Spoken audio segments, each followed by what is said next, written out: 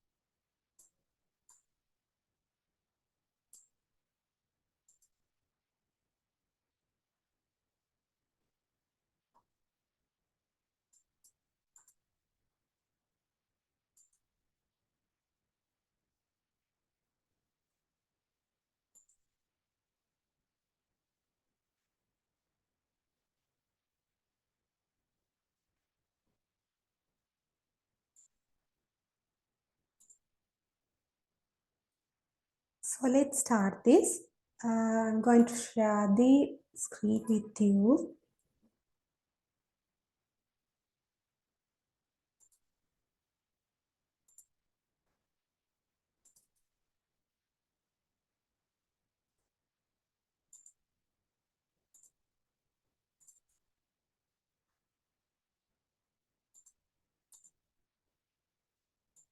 Okay.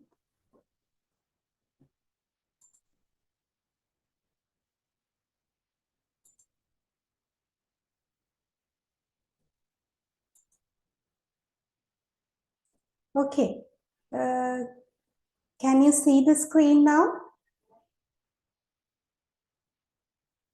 Can you please someone comment in the comment box, the chat box, whether you can clearly see the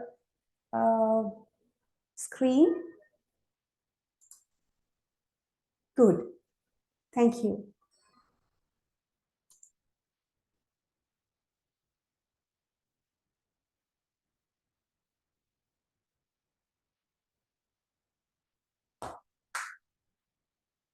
Okay, let's continue this. And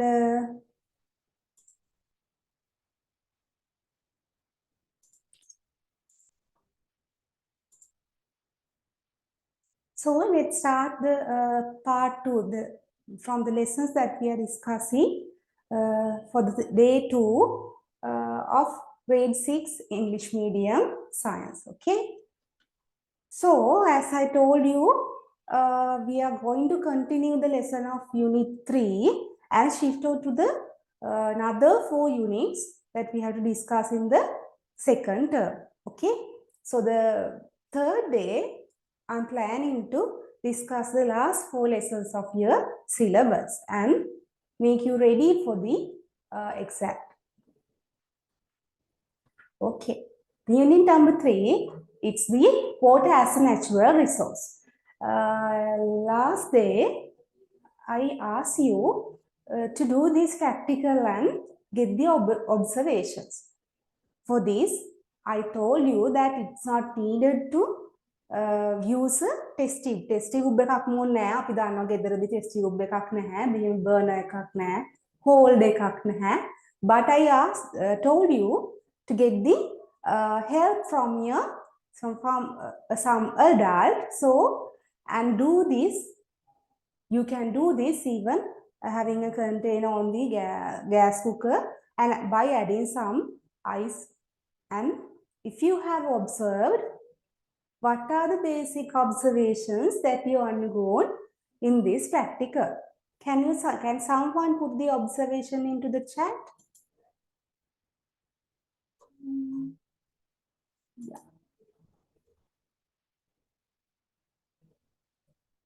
I'm waiting for the first answer. Okay, so your answer is the ice melted. Then what did you see? Ice got melted, and what did you see there? Good. Ice turned into liquid water. Then, if you continue supply heat, what happened? Good. Sindhu is correct. It turned into liquid water and then water into vapor. Good, Tilini and Sindhu.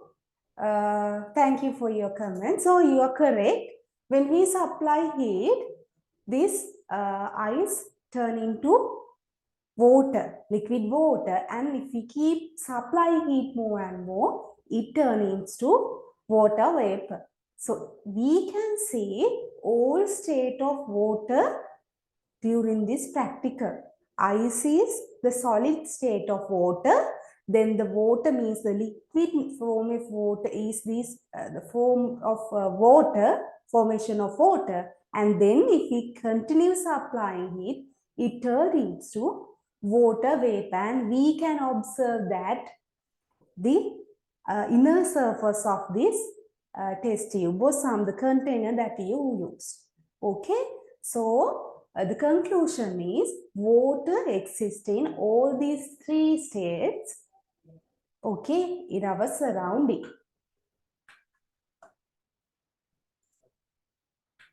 Okay, so this is the conclusion. We can, the 3 states of water can be changed according to the conditions in the environment. So the solid, liquid and gas states contained in our surroundings. So here you have given elaborate pictures about the states of water. So usually in your day-to-day life, you have seen these things commonly. So apart from the ice that we see at home and the liquid water that we see that coming from the tap and the water gaseous states of water, are there any other occasions that we can see these states of water? Here are the examples. අපිට මෙන්න මේ විදිහටත් දකින්න පුළුවන් මේ water වල තියෙන states. If we talk about the solid state, apart from the ice that we see in our refrigerators, they are in the form of solid in glaciers. We could, unfortunately, we couldn't see them because we are not in the countries which are located on the poles. And snow. All these are forms of solid states of water. And in talking about the liquid state, We can see water in our tap which come through the pipes, and some are from the wells, and we have seen water in the river, in sea, in tanks and all. Okay, so we can see there are different places where we can see this liquid state of water. Then the water in gas states are the steam that we see usually in the kitchen when something is cooking, some thing is giving heat to the water or cooking something. We can see this steam coming from there. Okay, and we can see this water vapor, though we can't see them clearly. Through some experiments, we can see there are water vapor in the atmosphere. Okay, so to check whether there are water vapor in the atmosphere, we are doing this practical. We know that we can see the solid state and the liquid state of water clearly in our environment. Since we cannot see the water vapor well, we are doing this practical. So I hope you have done this at this school. I'm going to discuss this briefly with you.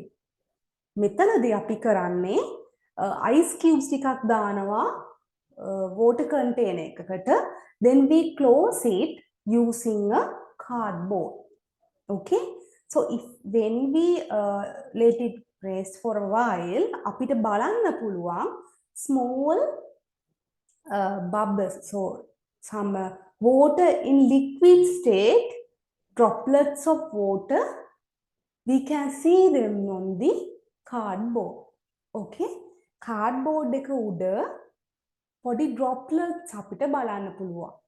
So how can this happen?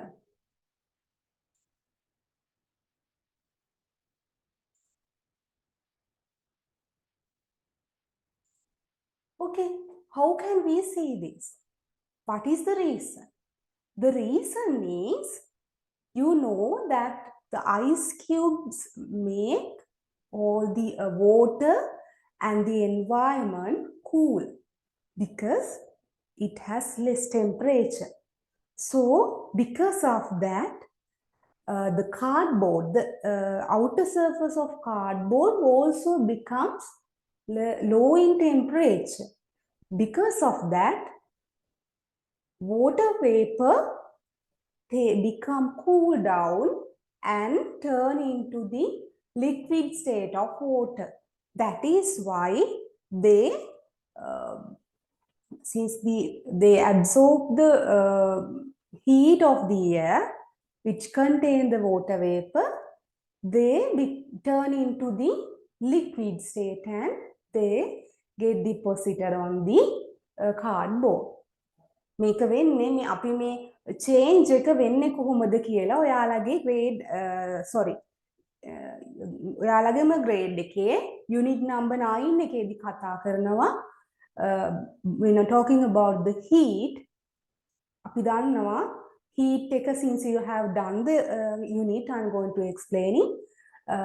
අපිට when we supply heat, ice cubes, the solid state turn into the liquid states, and if we continue applying more heat, it turn into the gas state. So by the same thing happen backward too. If the heat get released from the water vapor or the gas state, it turns into its liquid state. ඒක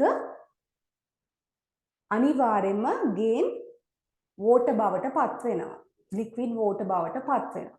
Then if the more heat is released from there, it turns into the ice cubes.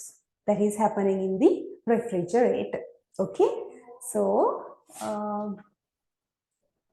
so our conclusion is, in the atmosphere, this water contained as vapor.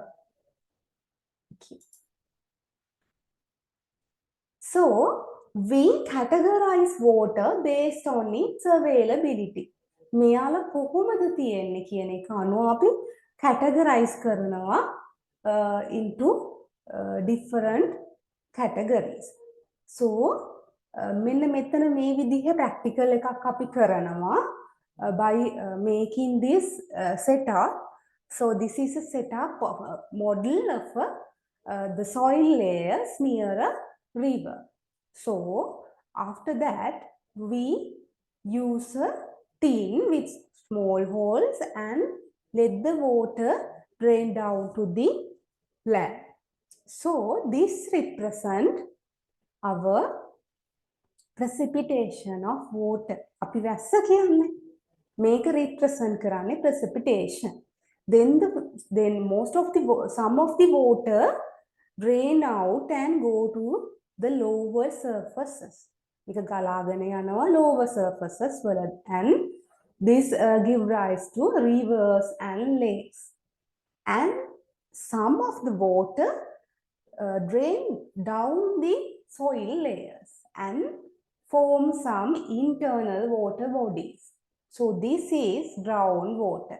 Precipitation, here they are the running water and water in the outer surface, and this is groundwater. So these are the types of water based on their availability. Precipitation, there are types of precipitation: the normal rain, the snowfall, the hail, and the sleet. Okay, and the surface water we can see in oceans, seas, rivers, and streams, and ponds like that. Groundwater we can see in our wells and usually in springs.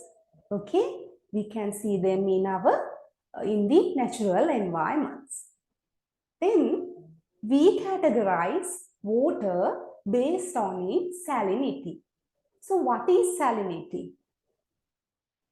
The salinity means there are some minerals get dissolved in this water. So according to the availability of minerals in water, we categorize the amount of the minerals that contain in water. We call that salinity, and higher the minerals, we call that water is high in salinity. So according to that, we categorize types of water as fresh water, marine water, and brackish water. Water with the lowest salinity levels, we call them fresh water. That are the basic water that we intake for our as drinks. Okay, then there are some places where water exists with high salinity. That are called marine water. And in some water bodies, the salinity content, salinity availability එක ගොඩාක් වැඩිත් නෑ, ගොඩාක් අඩුත් නෑ. In between them, we call them brackish water. We can see them in lagoons. Okay? So I told you that there are some minerals dissolved in this water which facilitate the salinity. The main type of salt that helps to give the different taste in seawater is sodium chloride. So we know that we add them into our cooking. Okay, while cooking meals. This is made in salters by vaporizing this seawater. Since seawater contains a large amount of this salt. Okay, that is for your knowledge. So what is the importance of water? Okay, let's see some knowledge about the water. You can get through this. Good, this one is good. Water vapor in the atmosphere condenses, releasing heat. It condenses and make liquid water. Okay, Uh,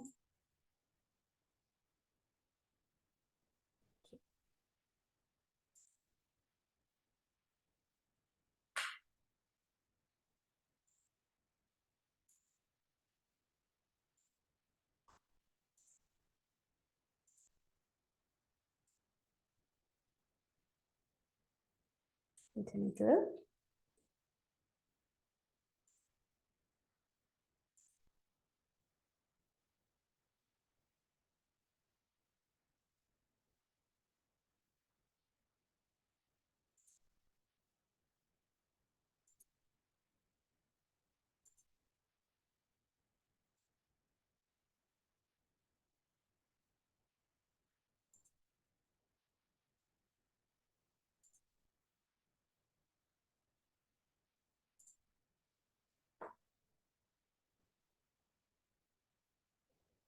Hope you can see this and hear that.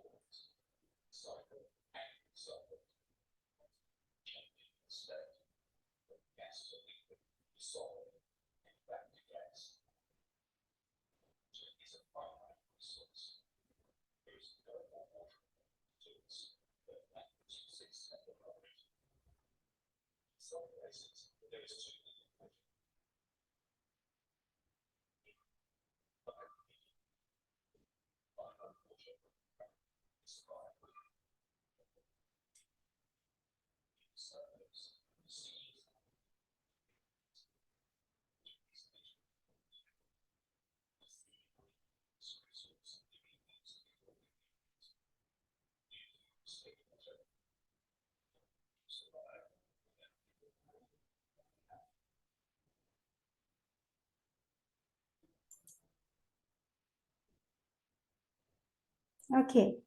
So, uh, give some. Oh,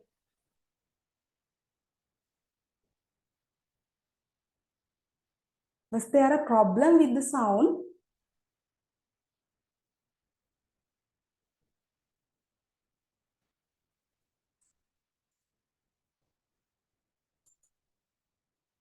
Oh,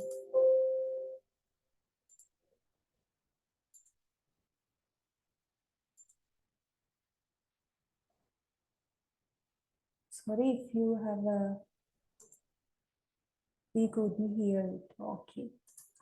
I'll try to do that.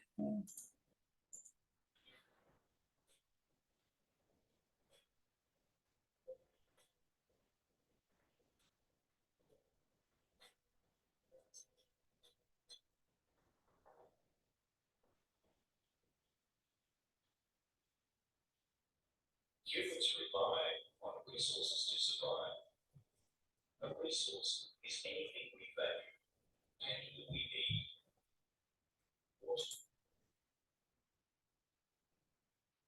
Sorry, what is it?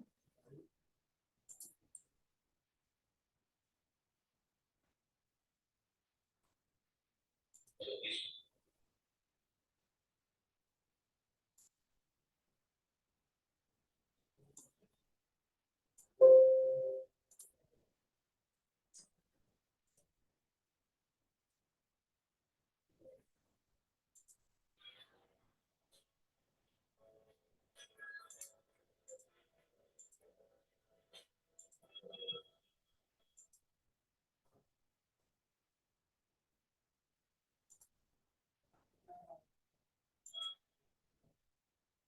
humans rely on resources to survive. A resource is anything we value and we need. Water is one of our most important resources. Yet, since the beginning of time, the amount of water on Earth has not changed. The rain that falls today is in fact the same water that was used by plants and animals millions of years ago. This is because the world's water moves in a continuous cycle. It is in the clouds above us and in the rain that falls upon us. It fills our waterways, rivers, lakes, and oceans. And with the heat of the sun, it then rises again as vapor. It will stay in the Okay. atmosphere usually for 9 days before again falling as rain or other forms of precipitation.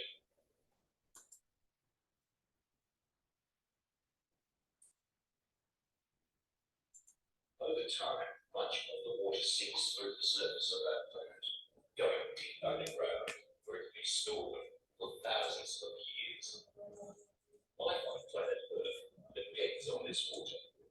Trees draw water from soil and from deep underground. Water will pass through the leaves of enormous trees and back into the atmosphere, back into the water cycle.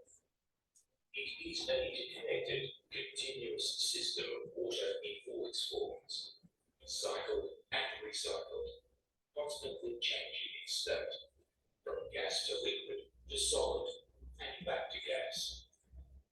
Our water is a finite resource. There is no more water to us than that which exists at the moment. In some places, there is too little water. Nearly 1.1 people in the world rely on water from the ground for their survival.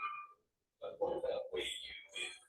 In the suburbs, the cities, the rural areas, water is literally on tap, a seemingly endless resource to be used for your convenience. Do you respect water?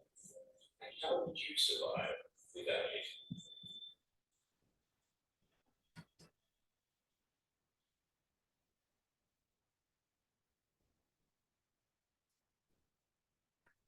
Okay.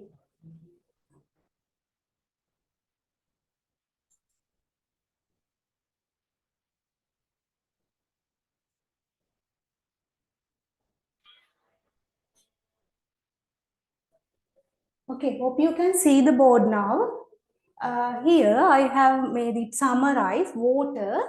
It has three states, solid, liquid and gas. According to these states, contains it as ice, liquid water and water vapor. You know that there are more types of solid, more types of water as solids like snow, like that. In here, liquid water as in the river, sea water, like that. And according to the availability, it's one type is precipitation and surface water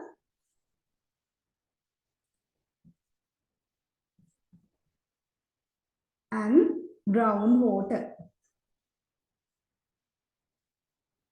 With me, you can get this into your memory and keep them refreshed until you face your examination.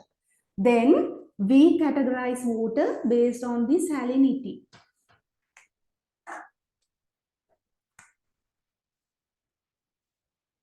Salinity. Like fresh water,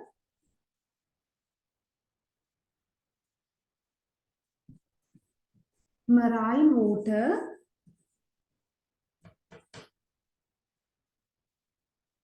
and brackish water.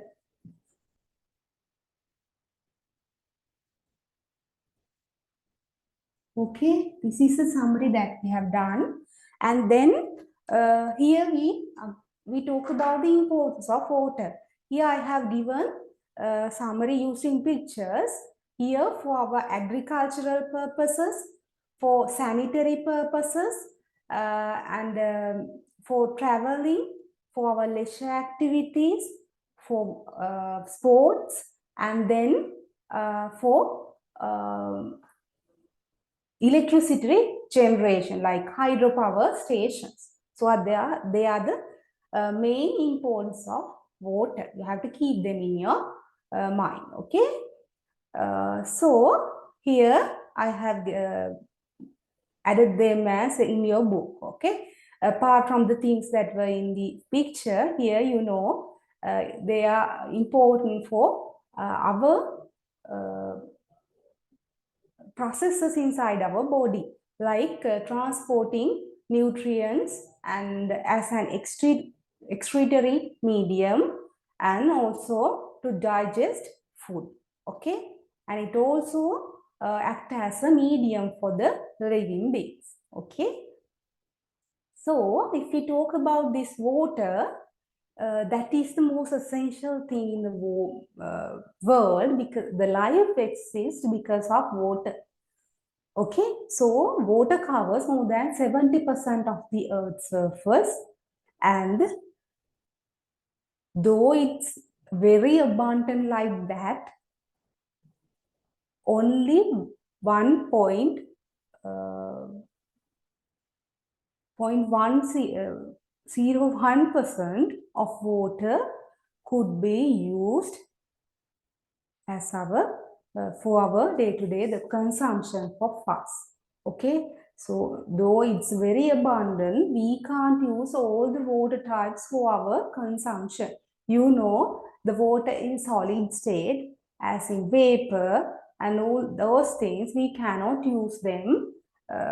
They are not available for our consumption. So we have to safeguard this water for our well-being, to අපිට මේ water නැතුව ජීවත් වෙන්න බැරි නිසා අපි ඒවා ප්‍රවේශමෙන් පාවිච්චි කරන්න ඕනේ. So the major problem that we face is, though it is very little amount of water that is available for our consumption, there are many ways that we do them to pollute the water. Pollution means that the water become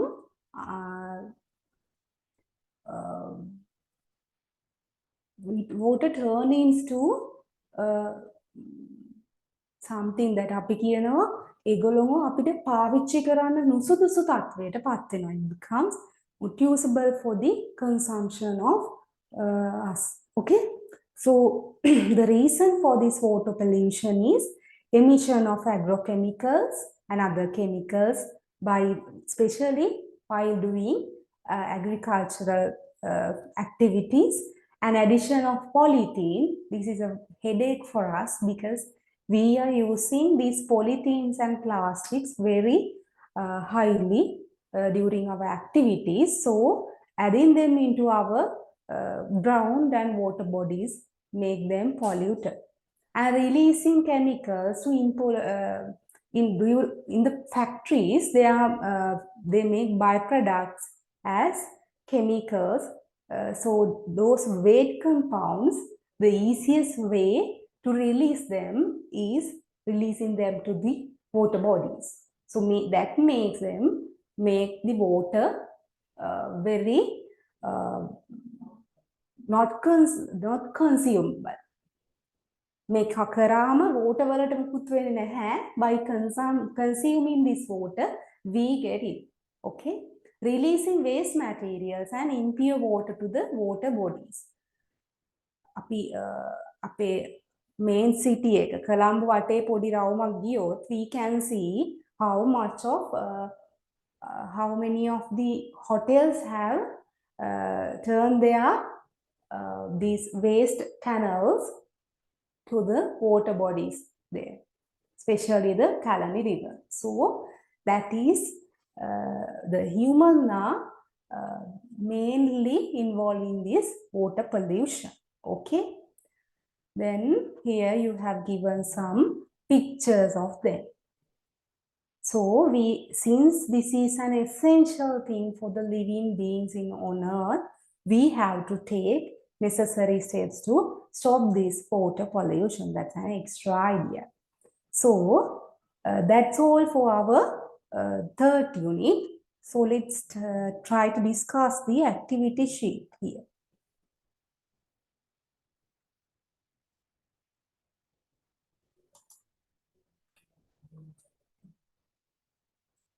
Okay.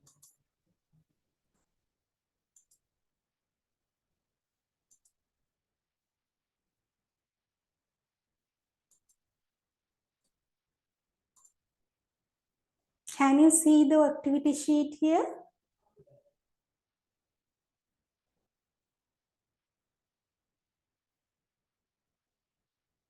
Can someone please confirm that?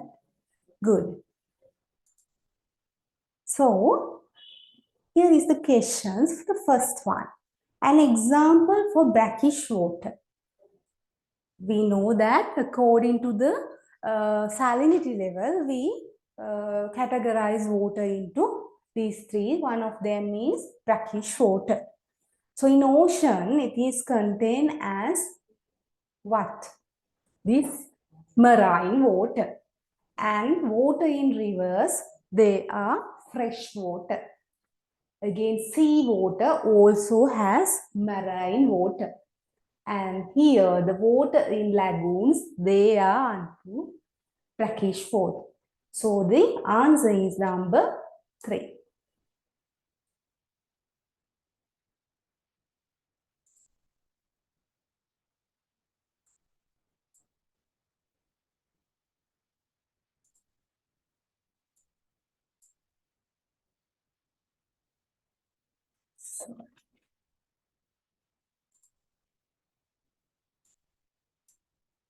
Okay. The next one, what is the percentage of water on the earth that can be consumed?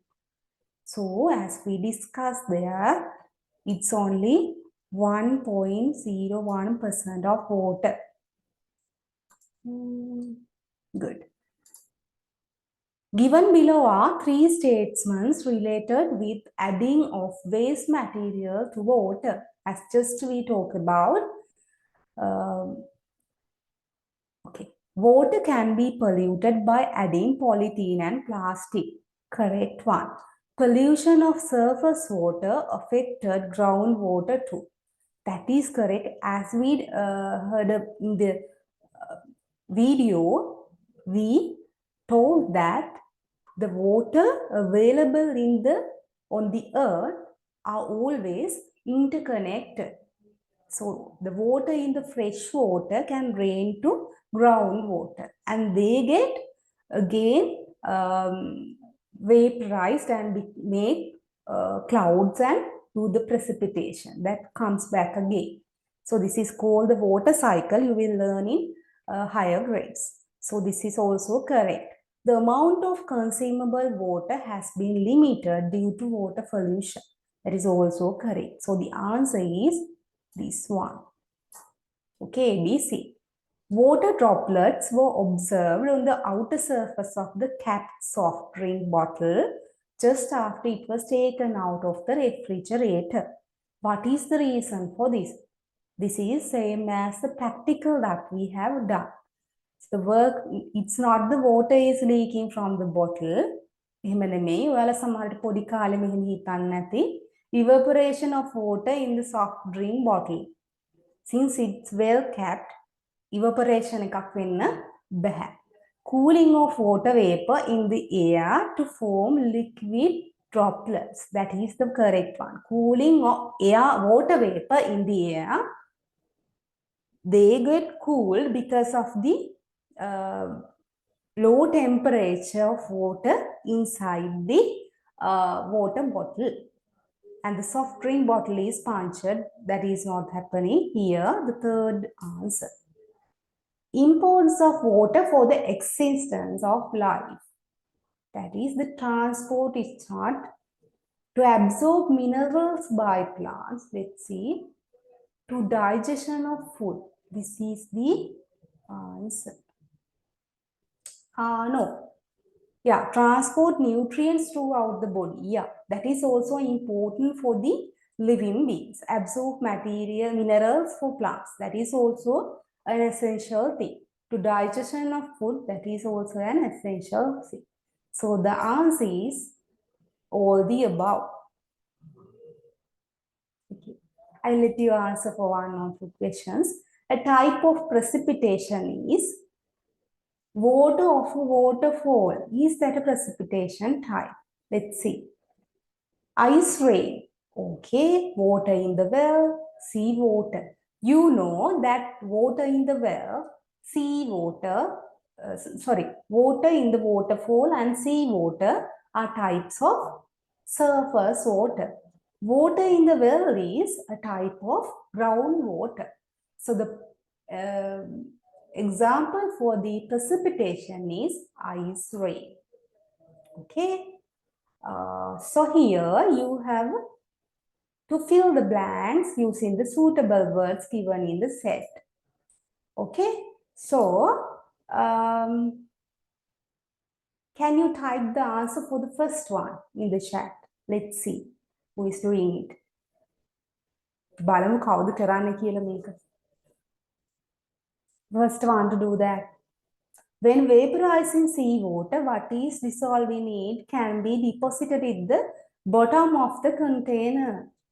Let's see what are they. Good. Many of you has sent you messages. Good. That is salts. This one. That should be here. More than 70% of Earth's surface is covered by this leads water. Then blank is very high in salty taste. What type of water contains high salt? That is, let's see. Yeah, marine water. Okay. Then, though the amount of salt in brackish water is not much as in marine water, it is higher than the amount of salt in which water? Yeah, than fresh water. Good. Blank is an example for water in the gaseous state. Let's see what are that. What is that? That is steam. Steam එක තමයි මේකට example එකක් වෙන්නේ. Gaseous state එකේ තියෙන water වලට. Sorry. Yes. Water is an what kind of factor to maintain the lives of living organisms? That is an essential factor to maintain the lives of living organisms. Good. Hope you have had a good knowledge about the unit number 3 and had some revision through your head while doing the questions. Okay. So now let's move on. Now it's time. So teach පහත උත්තරේ. So what fifth? In these questions, answer for the fifth one is the fourth one. Here the answer is the amount of salt in fresh water. Sorry. Though the amount of salt in brackish water is not much as marine. Yes, here it is fresh water. If you have any questions regarding the lessons that I'm doing, if you about some questions about the lessons that we are doing, And about the institute, you can just paste here. I'll try to do answer even some of them. Okay. So let's move on to the next unit. Yeah. Our next unit is energy. Energy in day-to-day life. Okay. So before I start, I'll tell you. So here we are not giving time to write any notes or anything because we are doing this as a preparation for your examination. So exam එකක් කියන්නේ අපි theory දෙකක් ගොඩක් ලියලියායි පාඩම් කරන්න බෑ මේ චූටි කාලෙදී. So you are having a quick revision about the lesson and we are discussing some questions. Okay. So මේ units වලදී තියෙන ඔයාලා මීට කලින් ඔයගොල්ලෝ මේ අපේ වෙබ්සයිට් එකට pencil.com එකේ pencil.com එකේ වෙබ්සයිට් එකට log වුණොත් ඔයාලට පුළුවන් earlier lessons වල recordings බලන්න. So going through them you can get a good idea, have a revision of this science subject. So that will be easier for you. අපි දැන් next year ඉඳන් දැන් exam එකෙන් පස්සේ we start classes for your grade 7. So in there that wouldn't be like this. That would not be quick and speedy as this. මේ වගේ speed වෙන්නේ. We are doing it slowly but in a little speed. We need to cover the syllabus while enjoying our subject. Okay. So එතනදී අපි ඔයාලට ලියන්න time එකක් තියෙනවා with some videos and all some extra knowledge we have to do the lesson. So hope you will join with me to for the grade 7. We have an interesting content to cover there. Okay. So if you want to know about how to join the classes, you can just contact the Pensala.com and if you want that, let me know. I will have a quick I will give you a quick idea how to do that. Okay. So you have to make a login here and do the classes and participate the classes according to that. Okay. So that's all, and let's come to the unit. Up unit number 4, energy in day-to-day life. I hope you have heard about this word energy. මේක අපිට අනිවාර්යයෙන්ම ඕන දෙයක්. Without energy we can't do anything. Okay. If the energy level decreases in our body, that's terrible. අපිට අසනීප වුණාම අපේ ඇඟේ තියෙන energy level එක අඩු වුණාම we can't do much thing. So we are calling energy as the ability to do work. By even hearing that, you know, if there's no energy, we can't do our work efficiently. Okay. එහෙනම් මේ energy provide කරන්න energy produce කරන sources ඉන්න ඕනේ. So let's see what are these energy sources. In your lesson, the main target is to learn about the energy sources. Okay. Okay. This one is the major energy source in our planet. Here you have given that. ඔයාලගේ ඉරමාමා, the sun. Okay. We are living on the earth because of him. All the surrounding is there, that the plants, animals, microorganisms, and the available water and all the things are due to and based on the energy that's supplied from the sun. Okay. So the natural energy source of Earth, the main natural energy source on Earth is sun.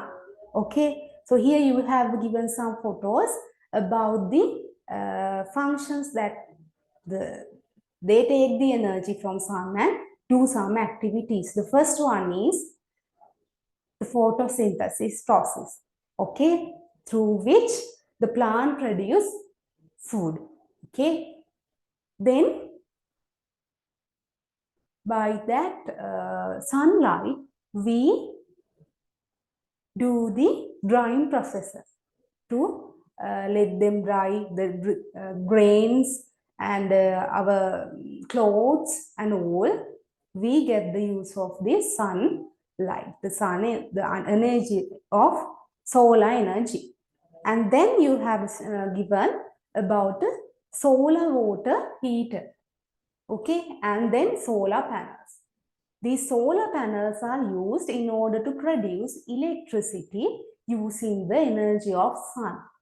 This is a very good energy source that does not consume any money for us. අපෙන් සල්ලි ගන්න ඇයිර මේ electricity generation method එකට.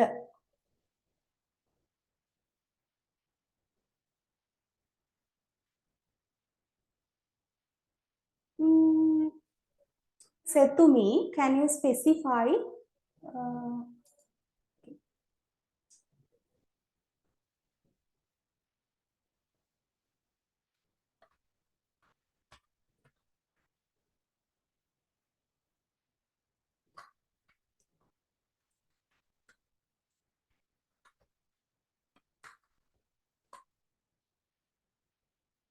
okay, so මේ solar panels වලින් එයාලා solar energy එක අරගෙන ඒක electricity බවට පත් කරනවා. So since it's not money consuming, මේක අපේ හොඳම method එකක් electricity generate කරගන්න. ඒ වගේම solar water heater එකේදී ඒ වගේම solar energy use කරගෙන ඒගොල්ලෝ මේ water they heat water using this method, okay. So the next one is biomass. Biomass contain the plant and animal materials which can be used as a fuel. And especially, make it in a specialty, the energy type that gives this biomass the energy is also the sun. The main energy source is sun. So, this biomass receive the energy from sun to contain in these materials. මේ plants animal materials අපි මේ biomass කියන ඒවට energy එක ලැබිලා තියෙන්නේ sun. Sun is the energy source for them, okay. So we indirectly depend on the energy of sun by using these biomass, okay. So can you identify the biomass types here?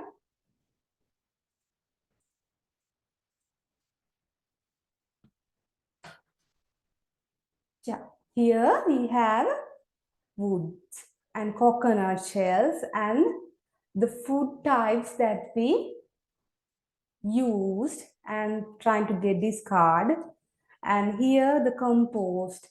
So like that we have different kind of biomass, okay.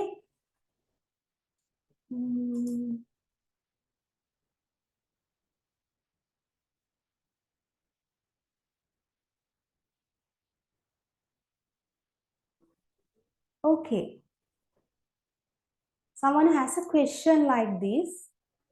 We are talking අපි කතා කරන්නේ energy sources ගැන. Then the sun is the energy source, okay. Energy source එක කියන්නේ අපිට energy supply කරන source එක. So sun is the energy source and the type of energy that it provides is solar energy.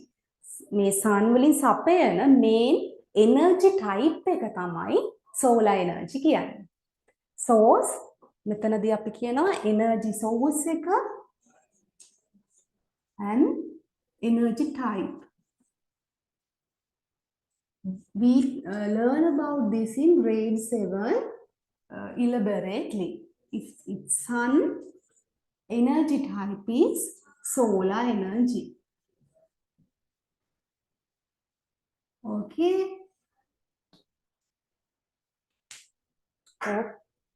she can gain something from that. So let's move on to the next one. The fossil fuel. You know, අපේ පරිසරයේ අපි කියනවා මේ energy consumption එක දැන් ගොඩක් වැඩි. So for this energy consumption, a large contribution is by the fossil fuels. අපි දන්නවා car එකක් එලුවොත් we go there and have some petrol or diesel to our car and ride the vehicle. So all these are petroleum or fossil fuels. So we drain them from the petroleum oil wells and use them for our activities. So how this fossil fuel has made? Okay, we don't need this elaborately. I have to give a small idea. I will tell it like this. We know that millions of years ago, from that time, මේ වගේ plants, animals, මේ අපි ඉන්න අය ඔක්කොම මැරිලා again they get buried in our soil layers.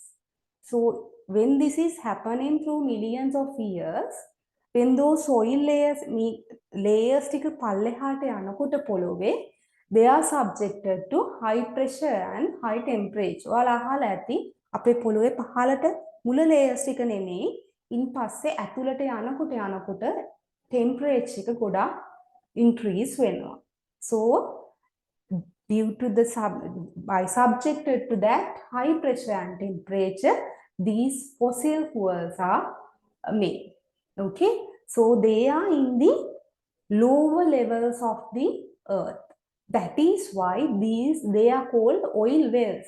We have to duck to the lower levels and add those oils to the surface. That is why we are calling them wells. Okay.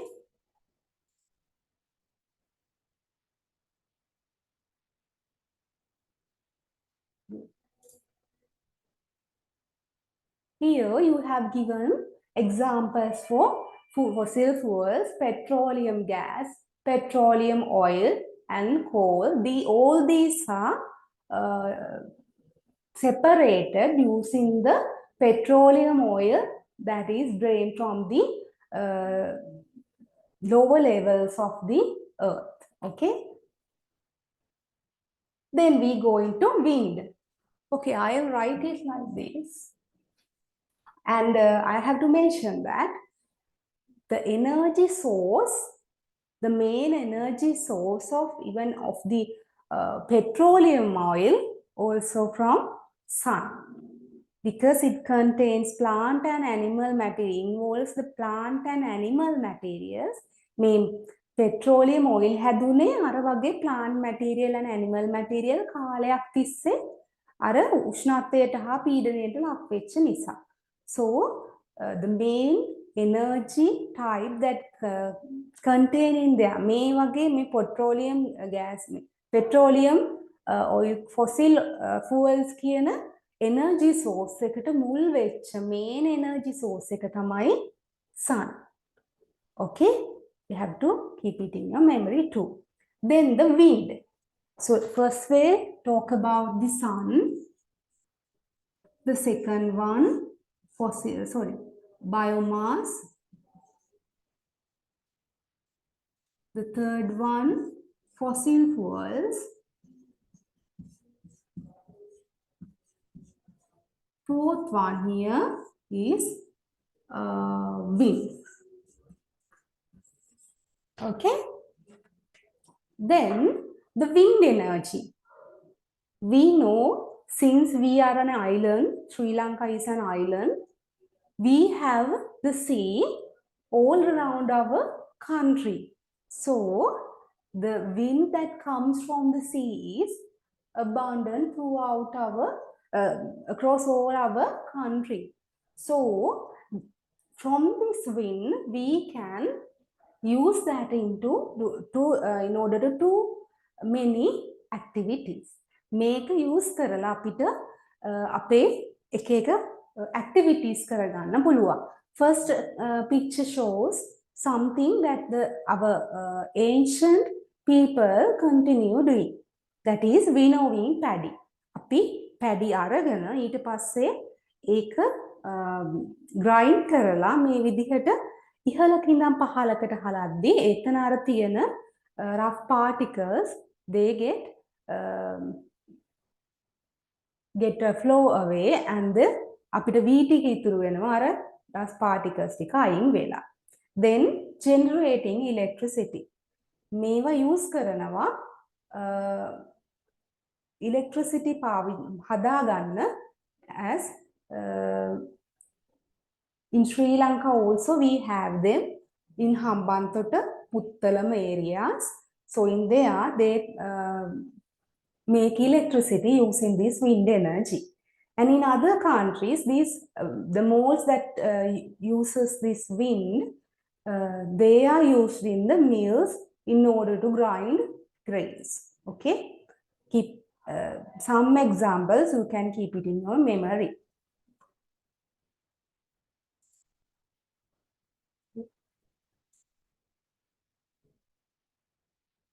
Yeah, energy is stored in water. This is very important since this is the energy type that we use very abundantly to produce electricity in our country. Energy stored in water. Energy තියනවද වතුරේ? Yeah. Anything that is stored in somewhere can have this energy. So this is used to produce electricity and many more things. So අපි මේ වගේ tank එකක් ගත්තාම ඒකේ ඇතුලේ අපි මේක කරන්නේ river එකක් cross කරනවා dam එකක් බැඳලා then it turn into a tank. After that දැන් වතුර ගොඩක් මේක ඇතුලේ store වෙලා තියෙනවා. Because of that it contains a potential. We call it potential energy. Then we let that water flow. චූටි පාත් එකක් හදනවා මේ water වලට ගලාගෙන යන්න. Then that becomes a very speedy water current. Okay. Then we use a turbine in that water current. We can turn a turbine using the speed of that water current. Then this starts to rotate. So we use that rotation in order to operate generators and thereby we produce electricity. Just have a rough idea about that because in grade 7 you are learning that energy transformation happens through this process. So just you have to have an idea. There's an energy stored in water. Then there's an energy that energy transits to the running water and thereby they rotate the turbines and by operating generators they produce electricity. Okay, so the energy sources, the next energy sources, the next energy source is energy stored in water.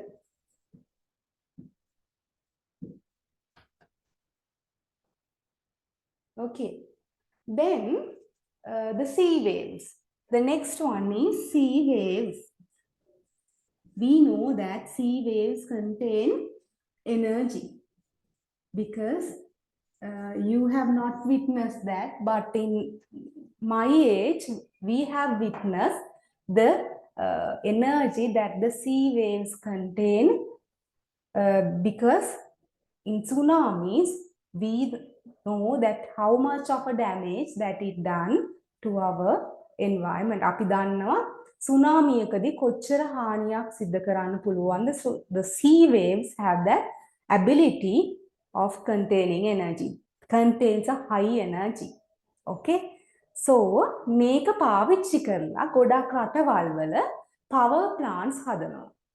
So this is a free energy source. මේකට අපිට මේ plants ටික හදන්න විතරයි යන්නේ සම්පූර්ණ cost එක. That the source is totally free.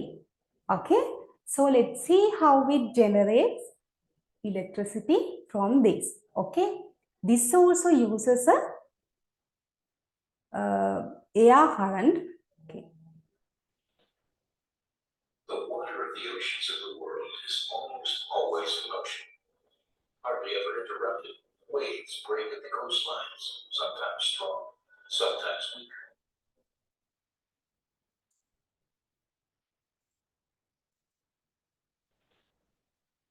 The water of the oceans of the world is almost always in motion, hardly ever interrupted. Waves break at the coastlines, sometimes strong, sometimes weaker.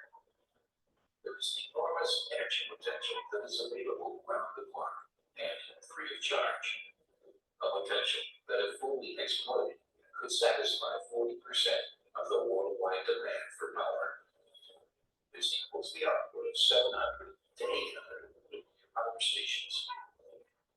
Point Hydro Wavejet is developing technologies to convert this inexhaustible energy into electric power without the emission of harmful greenhouse gases. The operating principle of this wave power station is as simple as it is ingenious. An enclosed chamber has an opening beneath sea level, which allows water to flow from the sea to the chamber and back.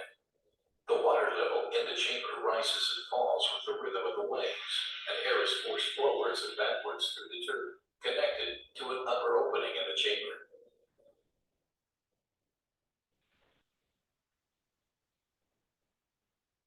As it is compressed and decompressed, the airflow has sufficient power to drive the Wells turbine. It is a feature of the Wells turbine, named after its inventor, that it is driven in the same direction by both forward and reverse airflow through the turbine. Even relatively low wave motions can generate enough airflow to keep the turbine moving and to generate energy.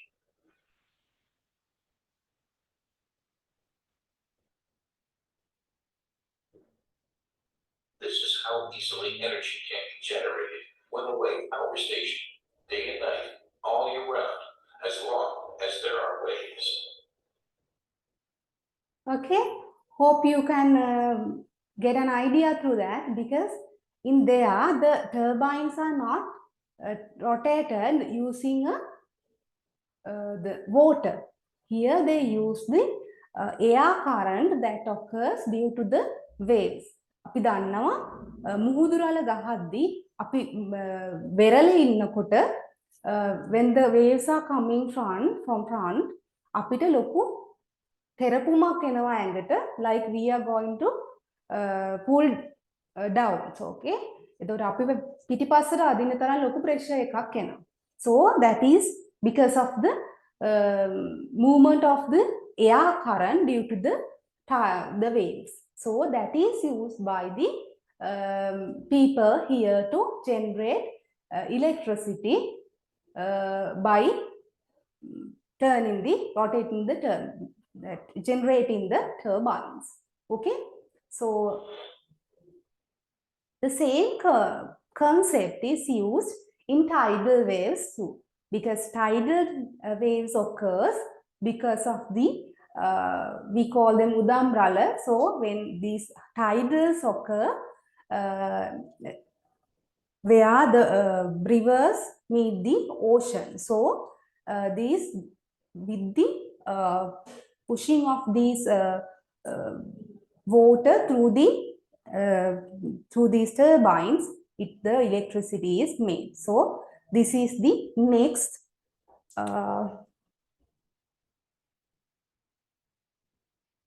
this is the tidal waves. This is not sea energy, sea waves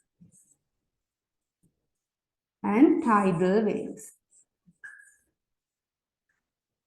Okay, the same concept is there.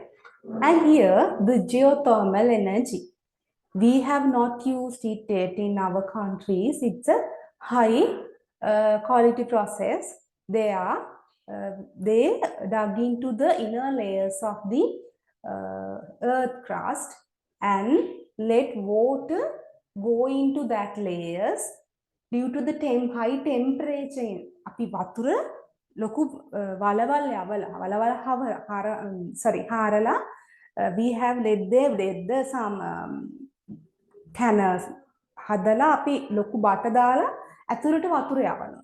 Okay, so then there are some steam produced from that temperature because this water turn into steam because of the high temperature of the region of inner earth crust. So then later it turns into steam. Steam එක හැදුනට පස්සේ අපි ඒ steam එක ගන්නවා again to the outer surface. අපේ උඩ surface එකට ගන්නවත් එකේ then let them go through turbines and generate electricity. The same concept is happening here too. Here you can see that. Relaxed in a natural hot springs pool, or see the old faithful geyser blasting hot water into the air at Yellowstone National Park. But have you ever thought of where all that heat comes from? Well, it comes from deep beneath the surface of the earth, and it's called geothermal energy. And we can use it to generate clean, renewable electricity.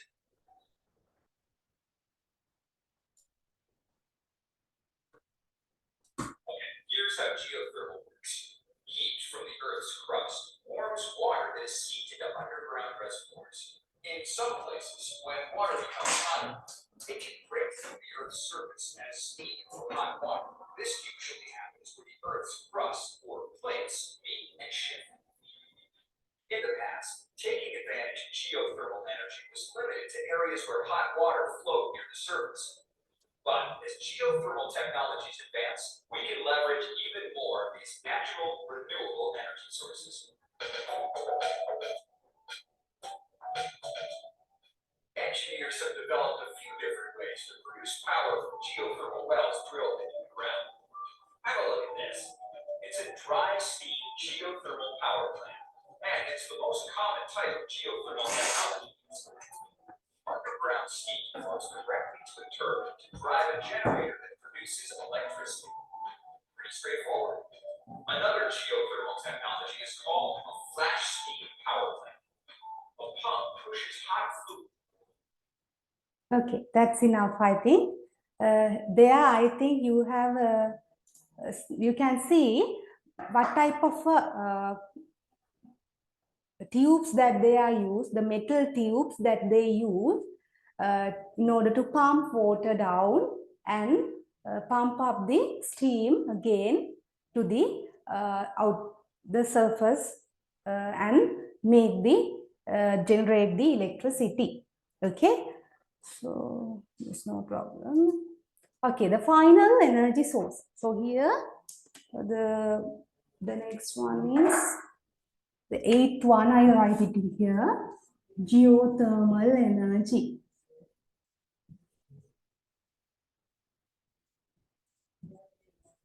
Energy.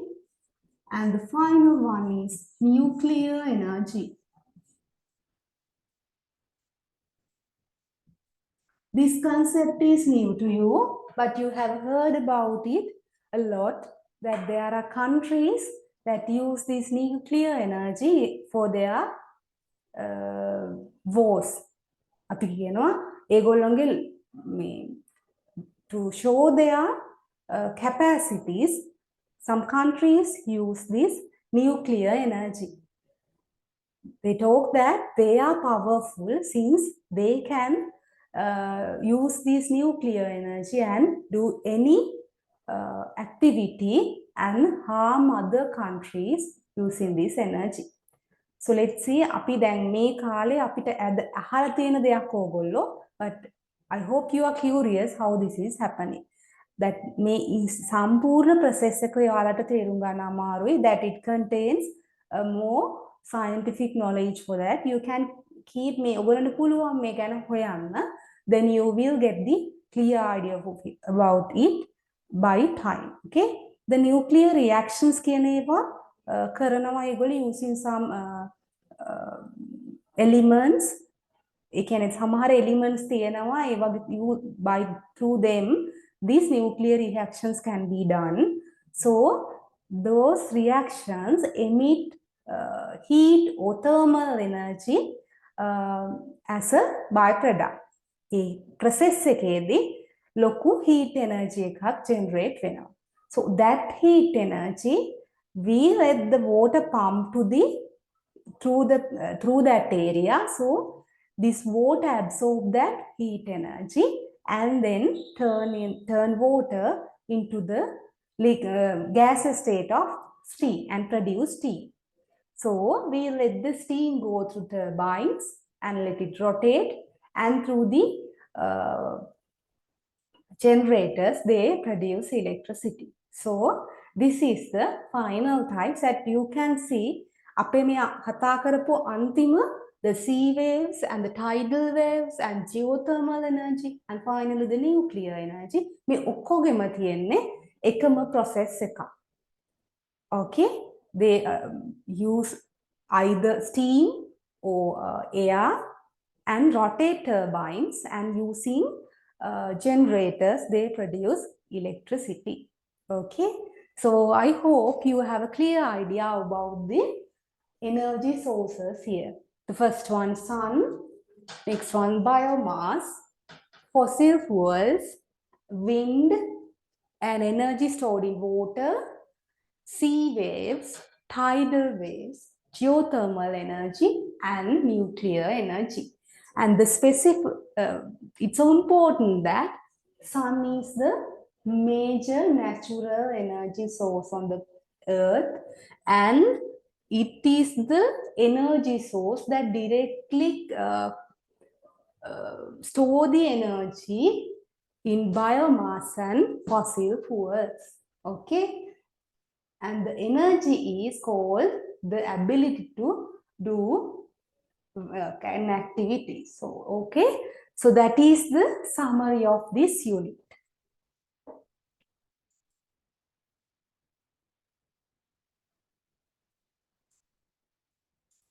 Okay, so shall we discuss the questions then? Yeah. Here, the first one. A biomass among the following energy sources is biomass: coal, coconut shells, petrol, and LP gas. 3 of them are fossil fuels.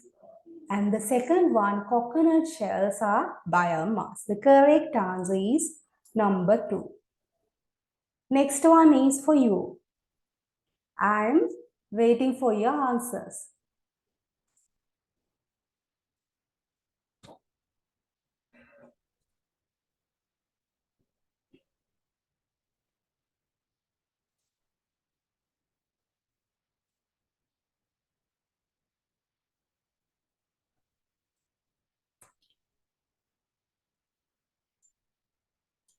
What is type of power plant that does not exist in Sri Lanka? Okay, hydropower plants. We know that there are many hydropower plants, which is the main method which produce electricity in Sri Lanka. Wind power plants, we have them. Nuclear power plants and coal power plants. The coal power plant is there in where?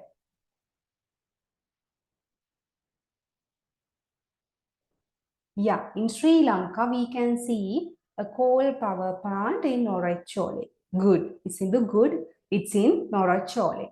So we don't have nuclear power plants. That is the answer. Even our country is not big enough in order to do these nuclear activities. The countries like North Korea, America, Russia, they are even North America, the Russia and the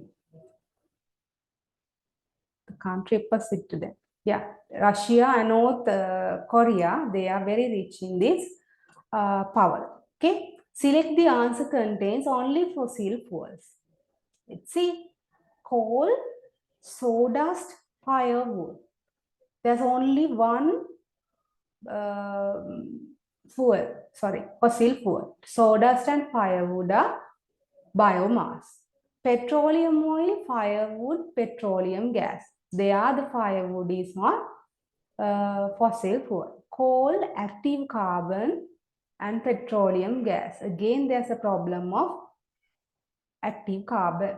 Coal, petroleum oil, and petroleum gas. Yes, the correct answer is the fourth one. Most of you are correct. Then the incorrect statement about the power plant shown in the figure is, here they have given us the power plants that occur, that take place in these wind power plants. Okay, so incorrect statement. Using wind energy, they produce electricity or they use wind energy and produce electricity. It is in Hambantut. That is also correct. They use a dynamo. That is correct too. Running water is used to generate electricity. That is incorrect. The answer is the fourth one. Good. A procedure that can be followed to sustainable use of energy sources is. This is important because since energies exist there, we can't overuse them or misuse them as we want, because that is a resource that we have. So we have to use energy well and without wasting them. So, but let's see what is the procedure to follow in order to make use energy sources sustainably. Provide facilities to every family to buy a motor vehicle. We can't do that. No, government can't do that. Generate electricity using solar panels. Okay, let's see. Construct more diesel power stations. We can't do that. For sustainable use of energy, it's not practical. Using bottle lamps to illuminate houses. That's also difficult because අපිට සාමාන්‍යයෙන් ඒ ඉස්සර එක පාවිච්චි කරාට කුප්පි ලාම්පු, now we need more light, we need more fluorescent light in order to work in our home. So we can generate electricity using solar panels because it does not give any bad effects and it is a natural energy source. So that is kind of a sustainable use of energy sources. So the answer is the second one. ඔයාලා සමහරු මගෙන් පන්ති ඉවර වෙන්නේ කීයටද කියලා අහලා තිබ්බා. මෙහිමයි, so we are going to have an interval from about 15 minutes or something, and I'll give you a 20 minutes break. After that, you can join again and let's continue the lesson for another hour or 12. Okay, because this is not a class that we are learning, we are studying and writing. You can do this with leisurely with me. Okay, so here write the types of energies in the following places according to the given diagram of a power station. This is not applicable for you in this unit. So let's move on to the next unit. After discussing that, we are going to have the interval. Okay.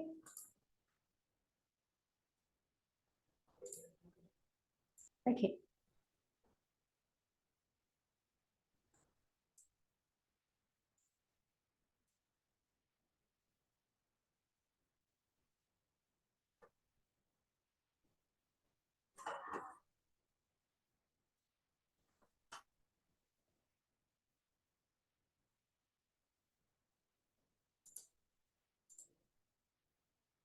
Okay. An interesting You need light and vision. Okay, we know that without light, the world that we hear is blank. Okay, we can't see anything.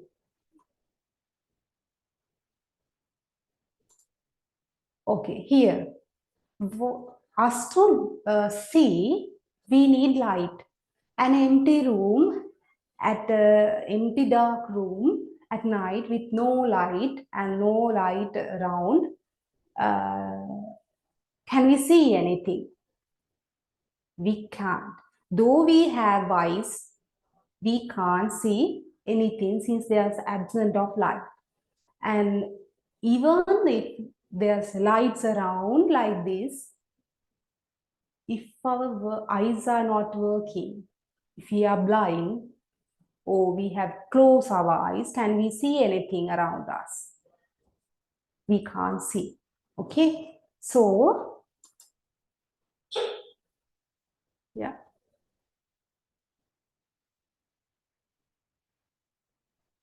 Here is an interesting fact. We perceive almost 80% of the world around us by using our sense of sight. We see objects around us with our eyes. But then why don't our eyes see these objects in the dark? The answer to this question is light. We are able to see the objects around us because of the light coming from these objects. The light from these objects travels in space and reaches our eyes. When it's dark or during nighttime, as there is no light, we are unable to see these objects clearly. Some objects can generate their own light. For instance, the sun, the fluorescent bulbs, burning candles can generate their own light. The objects which generate their own light are called the luminous objects. Almost all of the objects that we come across cannot generate their own light. The table, the chair, wall, paper are few of such examples. Such objects are called as non-luminous objects. But I just told you that we see objects around us because of the light coming from them. And if objects like these cannot generate light, then how come we are able to see them? We are able to see them because of the reflection of light. These objects reflect the light to our eyes. What light are they reflecting? Where is the light coming from? This light is nothing but the light coming from the luminous objects. So how can we summarize this? We are able to see non-luminous objects because they reflect the light of the luminous objects falling on these surfaces. Let me repeat. The light coming from the luminous objects falls on the non-luminous objects. Non-luminous objects then reflect this light, and this reflected light travels towards our eyes. And that's why we see the objects. In the daytime, we are able to see blue skies, the white clouds, and the green grass because the light from the sun is getting reflected by them and traveling towards our eyes. At night, we are able to see the moon because it is reflecting the light from the sun. Note that moon is non-luminous and it cannot generate its own light. As I said earlier, most of the objects that we come across in our daily life are non-luminous. We only see them because they reflect the light. Step inside a dark room, light up a torch, and point it at the distant wall. Look carefully at the path of the light coming from the torch. You will see tiny dust particles in the air. What is the reason for this? Why are you able to see these particles? You are able to see the dust particles because the light from the torch is getting reflected from their surfaces and traveling towards our eyes. We also see the same thing in a very dimly lit room where the only source of light is a small amount of sunlight coming from the window. In this video, we saw that the reflection of light plays an important role. It's because of the reflection of light that we are able to see most of the objects. In the next video, we will talk about the laws of reflection. Okay. Apart from the things that I discussed, it has elaborated a little more, but it gives a clear idea of, and we are going to discuss about it too. Okay, so you are clear now. In order to see something, we need light and our eyes. Both of them are needed in order for us to see anything. අනිවාර්යෙන්ම මේ දේවල් දෙක තියෙන්න ඕනේ අපිට දෙයක් දකින්න නම්. So, as we talk about light, it is needed and very important there, and eyes. So, we need to get this right. So, there should be a source that produce this light. Okay. So, the sources of light. Before this, it's for sources of light.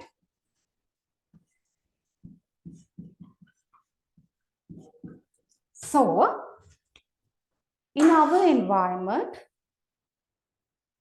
the main object that give us light is again the sun. Okay. Apart from that, let's see, according to the objects that that give light, it can emit light and that cannot emit light, based on the ability, we divide objects into two. Okay, two types. The objects that can produce light, that can give lights, are called luminous objects, and which cannot give light are non-luminous objects. So we have divided them into two. But as same as we can see the luminous objects, we can see the non-luminous objects too. So in order to see them, we have a process like that, as it was discussed in the video. In order to see a book, or let's say that here is,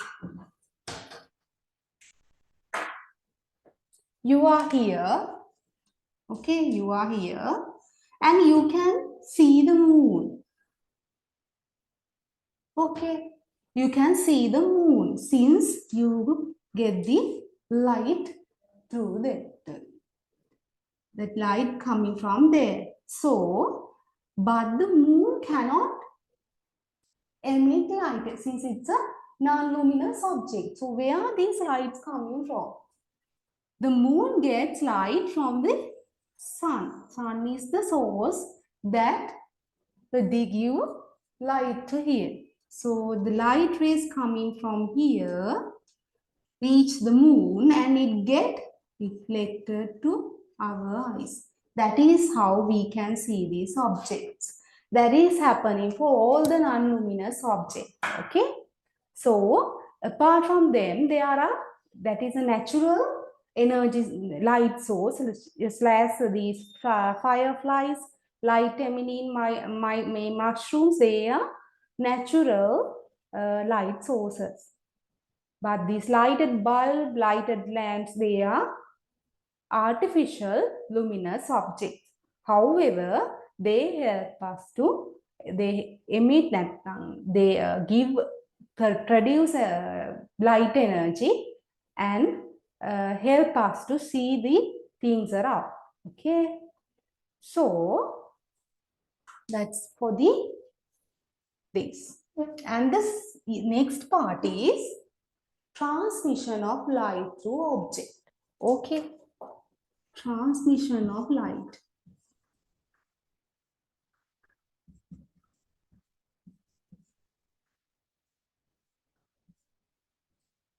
Okay. Every object,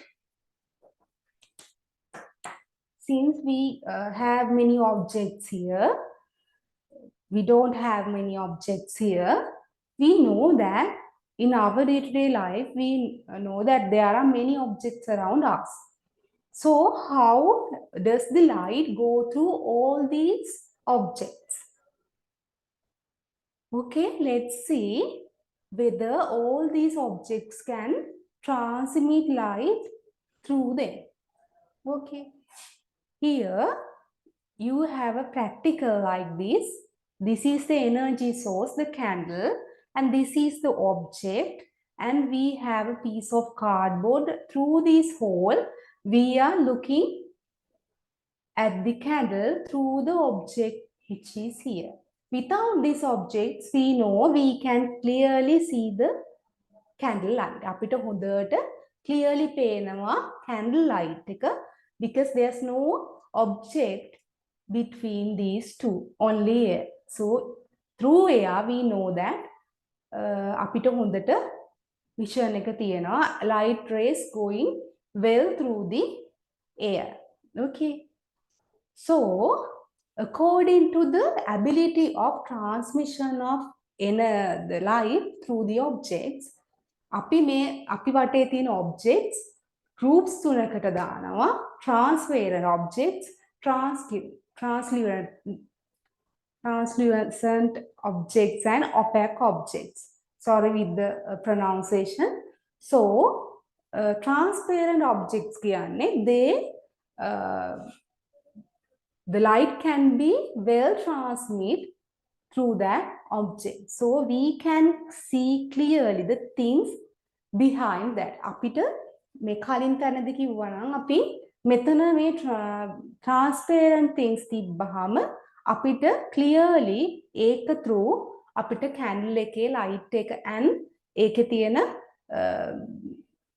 the candle එක අපිට clearly බලන්න පුළුවන්. And these translucent objects ටික මේගොල්ලෝගේ අපි ගන්නවා මේකට අපි කියන මල් වීදුරු කියලා or cellophane paper එකක්. Then if we place them here, we can see the light but not the candle where the object here. We can see the light but not clearly the candle. Okay, because the light goes very well through that, but it can go up to a certain level. And finally, there are opaque objects. Through them, light cannot transmit. So we cannot see either the light or the object of candle through that object. So they are called opaque objects. So here like rocks and woods, through them we cannot see anything behind them. Can you see something in a completely dark room? Not really. The reason is you need light transparent objects. Okay. Such objects are called opaque objects. Can you see something in a completely dark room?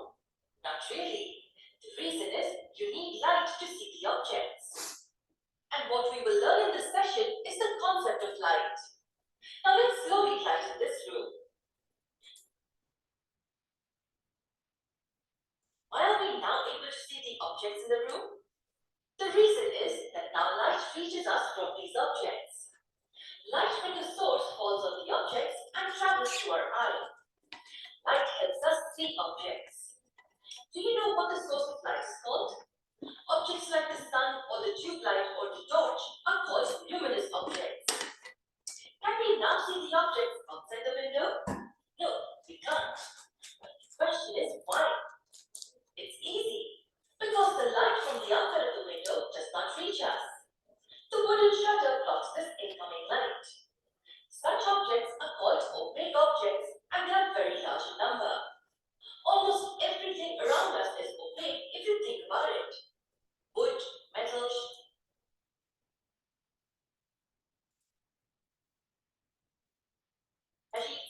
colored plastic, and so on. Now let's open the wooden shutters. Can you see something new? Yes, we see the surroundings through the glass. And I'm sure you know why. What has happened now is that we have a clear glass which allows light to pass through it, allowing us to see through it clearly. Such objects are called transparent objects. Earlier, the wooden shutter was opaque, and the opaque objects do not allow light to pass through them. Now look at this shelf which has a milky glass.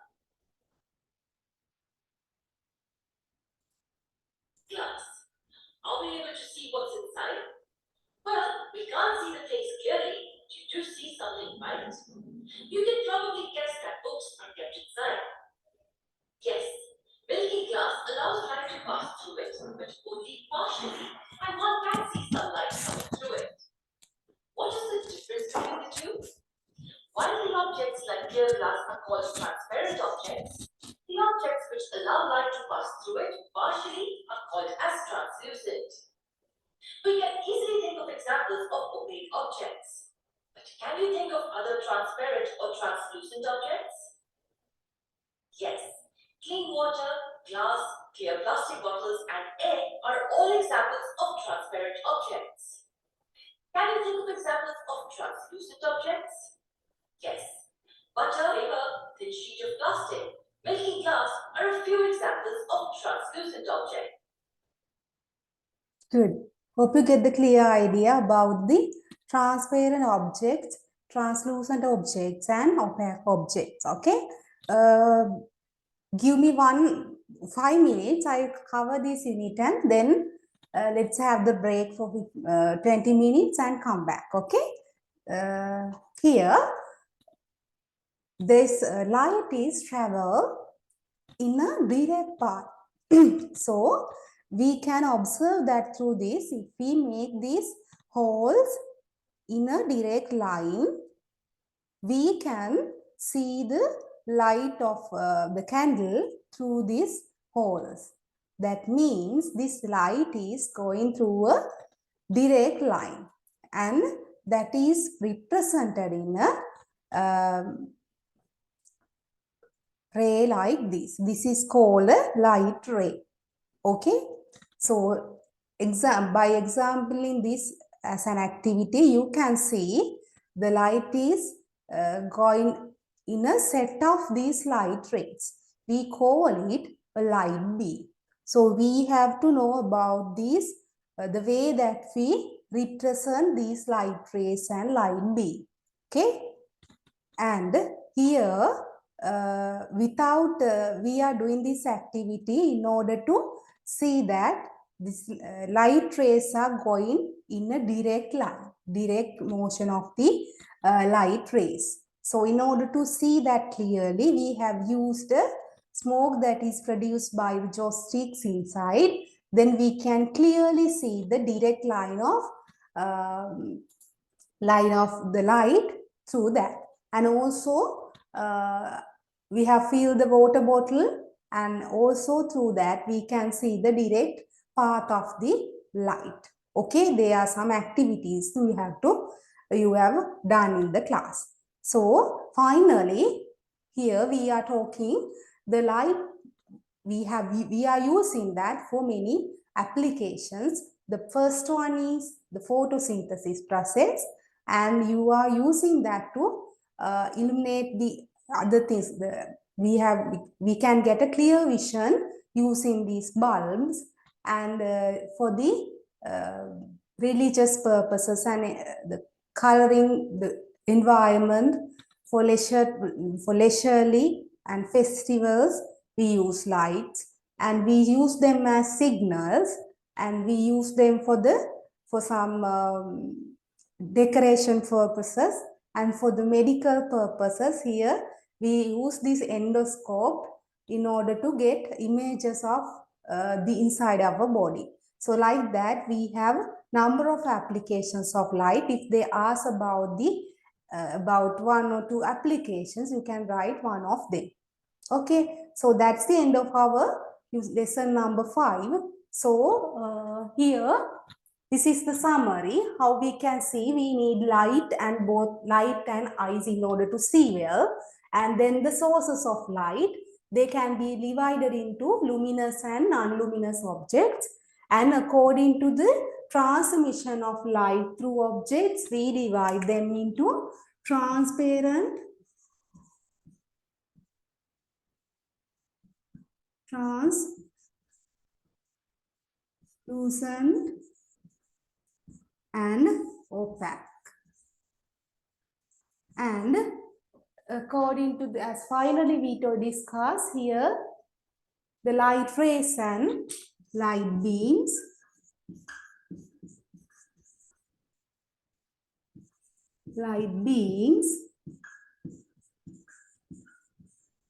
and finally the applications.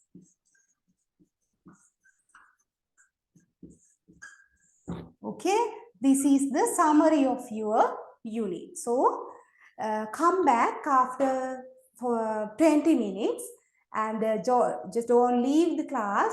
You can leave and come back definitely in order to continue our lesson. So the next 2 units will be covered after the interval, and after just join me after 20 minutes. Okay, so have your interval.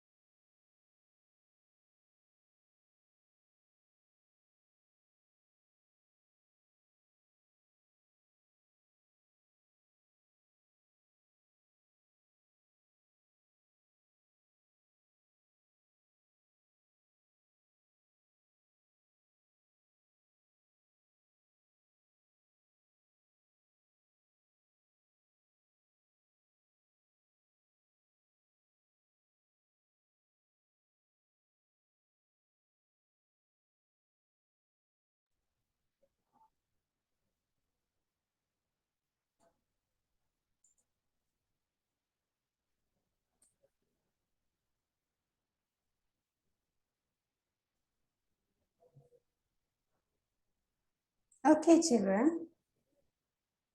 Hope you will join me again. We'll come back further. Once you have joined, we are going to start from where we have left.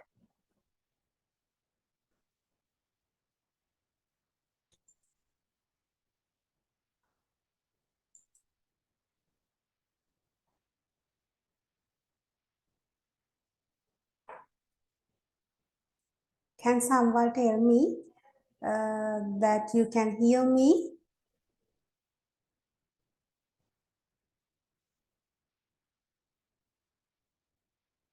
Good,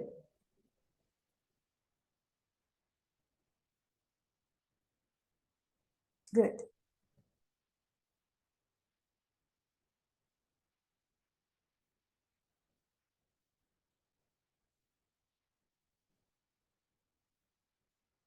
Okay.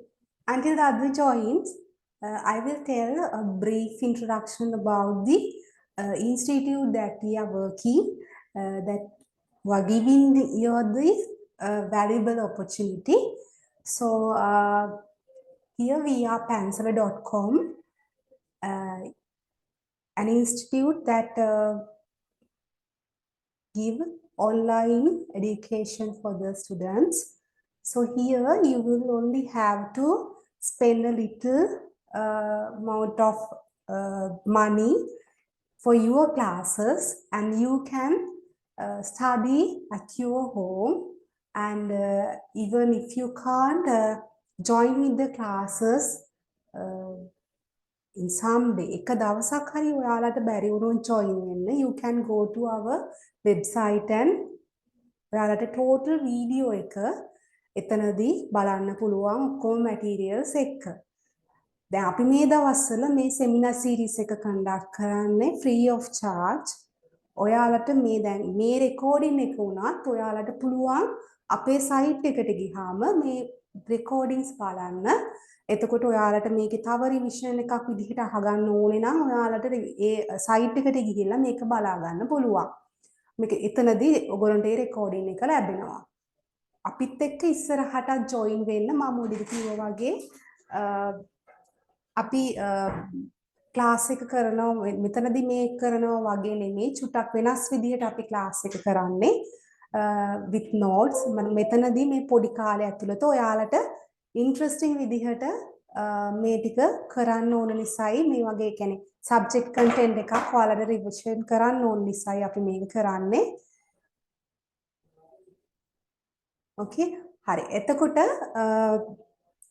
අපිට මේකට pensala.com website එකේ ඔයාලට පුළුවන් ඉදිරියට සහභාගී වෙනකොට ඔයාලට එතන account එකක් හදලා ඒක through ඔයාලට log වෙලා මේකේ තියෙන මේ subjects වලට සහභාගී වෙලා ඔයාලට ඔයාගේ knowledge එක වැඩි කරගන්න පුළුවන්.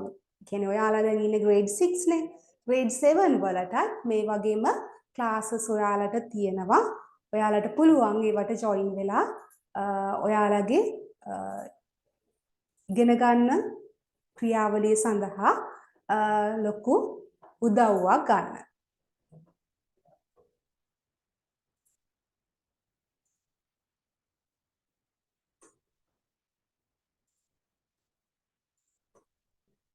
Okay, let's move on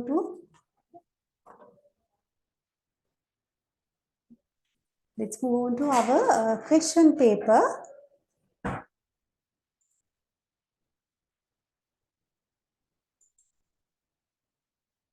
ඔයාලට අපේ මේකේ account එකක් හදාගන්න විදිහ දැනගන්න ඕනේ නම් ඔයාලට පුළුවන් ගිහිල්ලා type කරන්න මෙන්න මේ විදිහට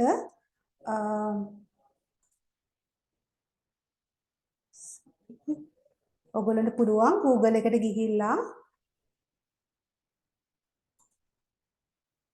මේ විදිහ අලුතෙන් ටැබ් එකක් ඕපන් කරලා ඔයාලට පුළුවන් මෙතන pensala.com කියන එක ටයිප් කරන්න. එතකොට මෙන්න මේ වෙබ්සයිට් එකට ඔයාලව යනවා.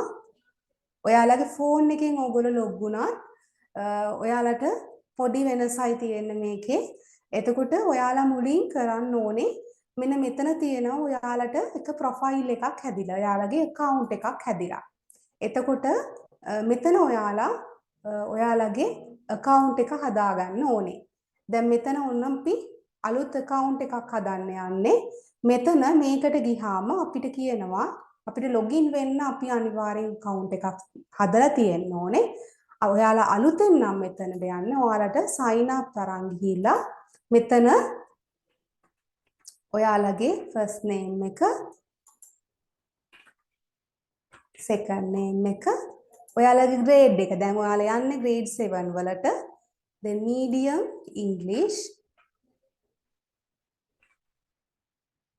පස්සේ ඔයාලට පුළුවන් මේ වගේ Gmail email address එකක් දෙන්න ඔයාලට ඒක පස්සේ create කරගන්න and then ඔයාලා අංක අකුරු 6ක 7ක විතර අකුරු and ඉලක්කම් තියෙන password එකක් දෙන්න ඊට පස්සේ ඔයාලට මෙතන ඔයාලට පුළුවන් ඔයාලගේ phone number එක දාන්න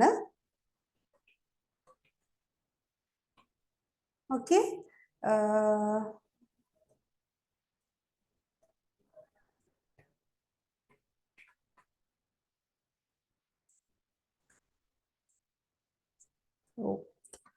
okay then submit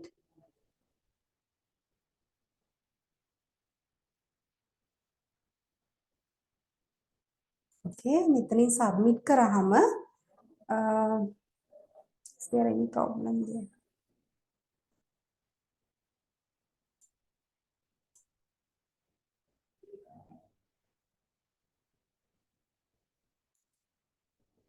Sri Lanka then submit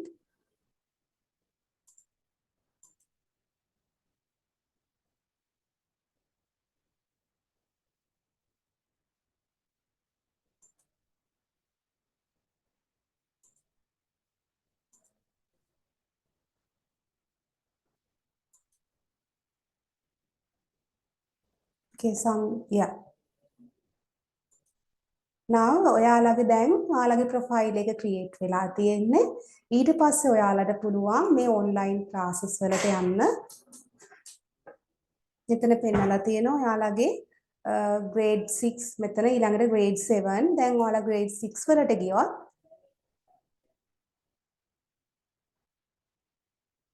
මෙතන තියෙනවා මේ දවස්වල යන ඔයාලගේ seminar series එක. එතකොට මේකට ඔයාලට ගිහිල්ලා book කරලා එතන යන්න පුළුවන්. free of charge for the race. So ඔයාලට ඒකට free of charge යන්න පුළුවන්. දැන් ගිහින් තියෙනවා වගේ. Then after that you have to pay a little amount of money and then go in there. So මේ මෙතන ඔයාලට පෙන්නලා තියෙනවා plans කොහොමද කියලා ඉවට. මෙතන තියෙනවා ඔයාලගේ time table එක. ඒකේ හරහා ඔයාලට පුළුවන් ඔයාලගේ classes තියෙන්නේ කොයි දවස්වලද කියලා දැනගන්න. ඒතර මම කිව්වා වගේ ඔයාලට මෙන්න මෙතන තියෙනවා class recordings. මේ class recordings වලට ගියාම ඔයාලට පුළුවන් මේ එක දවස්වල දාලා තියෙනවා.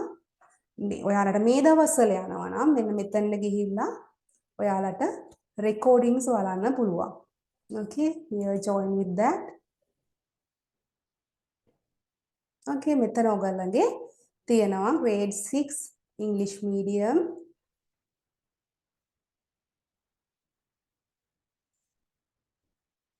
okay now it's මෙතන ඔයාලට පෙන්නලා තියෙනවා ඔයාලගේ seminar එක අද මේ seminar එක ඉවරුණාට පස්සේ මෙතන you will get the total full content of the video then you can watch that it's the same for the classes too so මේක හරි easy process එකක් ඔයාලට ගෙදර ඉඳලා interesting education එකක් ගන්න පුළුවන් with practicals all ඉතින් ඔයාලගේ feedbacks මට එවන්න ඒක අපිට ගොඩක් වැදගත් මේක කොහොමද තව improve කරන්න කියලා as a teacher as an institute too ඒ නිසා මම හිතනවා ඔයාලා මේකට අපිත් එක්ක මේ interesting journey එක science ඉගෙන ගන්න මාත් එක්ක join වෙයි කියලා okay so that's until we join the others so let's see how we can start this one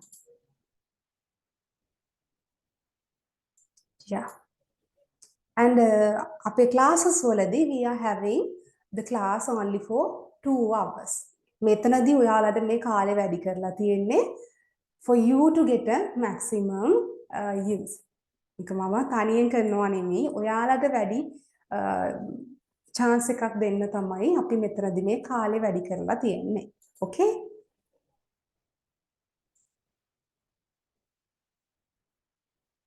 Okay. Share. Yeah. Okay. Hope you can see that now. Things we need to see an object are we want both the eyes and light. That is the answer. Select the incorrect statement. වැරදි එක අපෙන් අහන්නේ. As moon is a bright object, it is luminous. ඒක හරි. That's correct. Energy for food production in plants is from sunlight. That is totally correct. We must use light without troubling others. That is also correct. That's why අපි පාරේ යනකොට අපිට කියන headlight එක dim කරන්න ඉස්සරහා එන වාහනයට කරදර වෙන්නේ නැති වෙන්න කියලා. Unnecessary usage of light is a wastage of energy and money. Okay, so this is incorrect. I was wrong. As moon is a bright object. Though it's bright, it's not a luminous object. What is it? It's emitting the light that it receives from the sun. So that's not a luminous object. Okay. The final one is correct. Okay. A material which can transmit light energy through it is all these cannot transmit light, but the optic fibers can transmit light through these transmit light through them. Okay, this is used mainly in medical purposes and all other things too, even now upper common use. Given below are three statements related to the light. අපි බලමු මේ වගේ මොනවද දීලා තියෙනව මොනවද කියලා. අපෙන් අහන්නේ correct statements මොනවද කියලා. Light is an energy. We know that it's a type of energy. Light is transmitted in a straight line. ඒක යන්නේ straight line එකට තමයි transmit වෙන්නේ. The narrow path in which light is transmitted is known as a light beam. So all those three are correct. So the answer is number 4. Laser torch can make a ray of light. What's the way of operating endoscope which is used by doctors to observe interior of the body? They use, which is used by doctors to, which is the by optic fibers. They use the optic fibers. Okay, so let's end it there and let's talk about the next lesson. Wait, let's go through a little bit more. Here we had another question. Consider the following statements. Only the eyes is necessary for the vision. Is that correct? No, we told that there are two major components that we need for the vision. They are eye and light. So that is incorrect. Moon is a light source. That is incorrect because it cannot produce in the light. Okay, so firefly is a luminous object. Yes, that is correct. So the answers are only eyes is necessary for vision. Moon is a light source. Moon is a light source. Yes, it is a light source, but it is not a luminous object. That is the, so this is correct because it only says that is a light source. අපිට හඳ තියෙද්දි රැට එළිය වැටෙනවා, we get the light. හැබැයි moon cannot emit light by itself. That's why we are not telling that it's a not a luminous source object. Okay, එයාට light emit කරන්න පුළුවන්. ඒකින්ද අපි light source එකක් කියනවා, but it take the light through from the sun and emit it. Okay, so the answers are B and C, the second answer. Okay, yeah. So after learning this, you will find that you could easily answer your questions at the examination. Okay. Yes. Okay. Now let's jump onto the sixth lesson um, of your syllabus. Okay. Um, that is sound and hearing. The same we talk about one sense of us, that is vision. Now the next one is hearing. Okay. So how this sound is produced? By which type of a thing this sound can be produced, and what are the things that produce sound? Okay, so the main way that this sound can be produced is by vibrating something. Okay, you hear my voice through the vibration of the molecules here, and it is getting transmitted to the speakers of these through the speakers to the CPU of our computer, and through the transmitting through the internet, you hear my voice. Okay, so if to produce a sound, there should be a vibration of something. You can see this vibration as you are done in the activities. ඔයාලා ඉස්කෝලේදී කරා some activities. අර රබාන උඩට චූටි කොල කෑලි දාලා you give some pull for the to the that one, and those small pieces start to uh, go up and down. That means it start to vibrate. And when the cycle bell is working, you can, when you touch it, ඔයාලට දැනුණා ඔයාලගේ අත දෙදරනවා වගේ. So there's a vibration of something when a sound is produced. Okay, so the things that produce sounds are called sources of sound. එතකොට අපි ගත්තොත් මේ අපේ environment එකේ ගොඩාක් sources තියෙනවා මේ sound produce කරන්න පුළුවන්. Natural sources තියෙනවා, ඒ වගේම artificially නැත්නම් man made sources තියෙනවා. ඒතර අපි දන්නවා all the animals, most of the animals produce, actually all animals produce sound.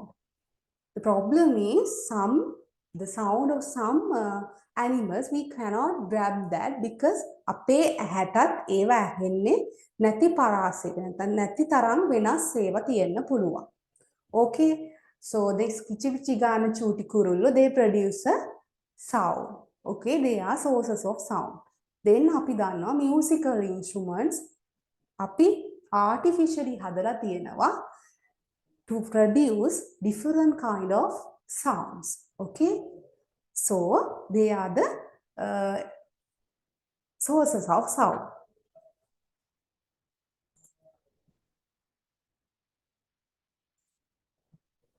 Know that a vibration is nothing but to and fro or back and forth motion of the body. In the previous lesson, we gave the basic idea of what produces sound. It is vibration that produces sound. So if we set any body into vibration, it will give us some sound. Some vibrations we can clearly see, but some we can't. Examples: are you familiar with this shape? What is it called? It's called a dholak. It's a two-headed drum, a musical instrument commonly used in India. When you strike any of the two flat surfaces of the dholak, they start to vibrate and produce sound. Do you know what the two flat surfaces of the dholak are called? They are called membranes. Yes, it's a membrane of a dholak which produces the sound. In musical instruments like the sitar and the guitar, it is the vibration of strings when plucked that produces the sound. These vibrations are then transferred to the soundboard, which adjusts the loudness of the sound. What about the flute? How is the sound produced? In a flute, the vibrations are produced by the air column. When we breathe into its mouth hole, the air inside the flute starts vibrating and we hear the sound. Do you hear the buzzing when a mosquito is close to your ears? Ever wondered how that sound is made? The sound is because of flapping of wings by a mosquito. Yes, the wings of mosquito are vibrating, and it's this vibration that produces the buzz we hear. Let us do one experiment. Take a string, hold both its ends in your hands like this. Stretch the string such that it does not form any curves in the middle. Now tell your friend to pluck the string from the center. Do you see the string vibrating? Yes, the string vibrates, and you'd probably have heard some sound too. Let us do one more experiment. Take a frying pan. Strike the pan with the spoon like this. Do you hear sound? Yes, you do. But do you see the pan or spoon vibrating? Not really, but you can feel the spoon vibrating in your hand. If you touch the pan immediately after the strike, you will feel that the pan is also vibrating. Wait for the vibrations to stop and then pour some water into the pan. We see that nothing happens to the water. Now strike the pan again. Do you see something strange now? These strange things are called waves. They are generated because of the vibration in the pan. So there are some vibrations that we are able to see and some vibrations that we can only feel. Okay, that is something more about the vibration. I just will use that for you to memorize this the concept of this vibration, which is giving results for the sounds, okay, producing sounds. Know that a vibration. So, how can we hear these sounds? The main sensory organ through which that we hear is our ear.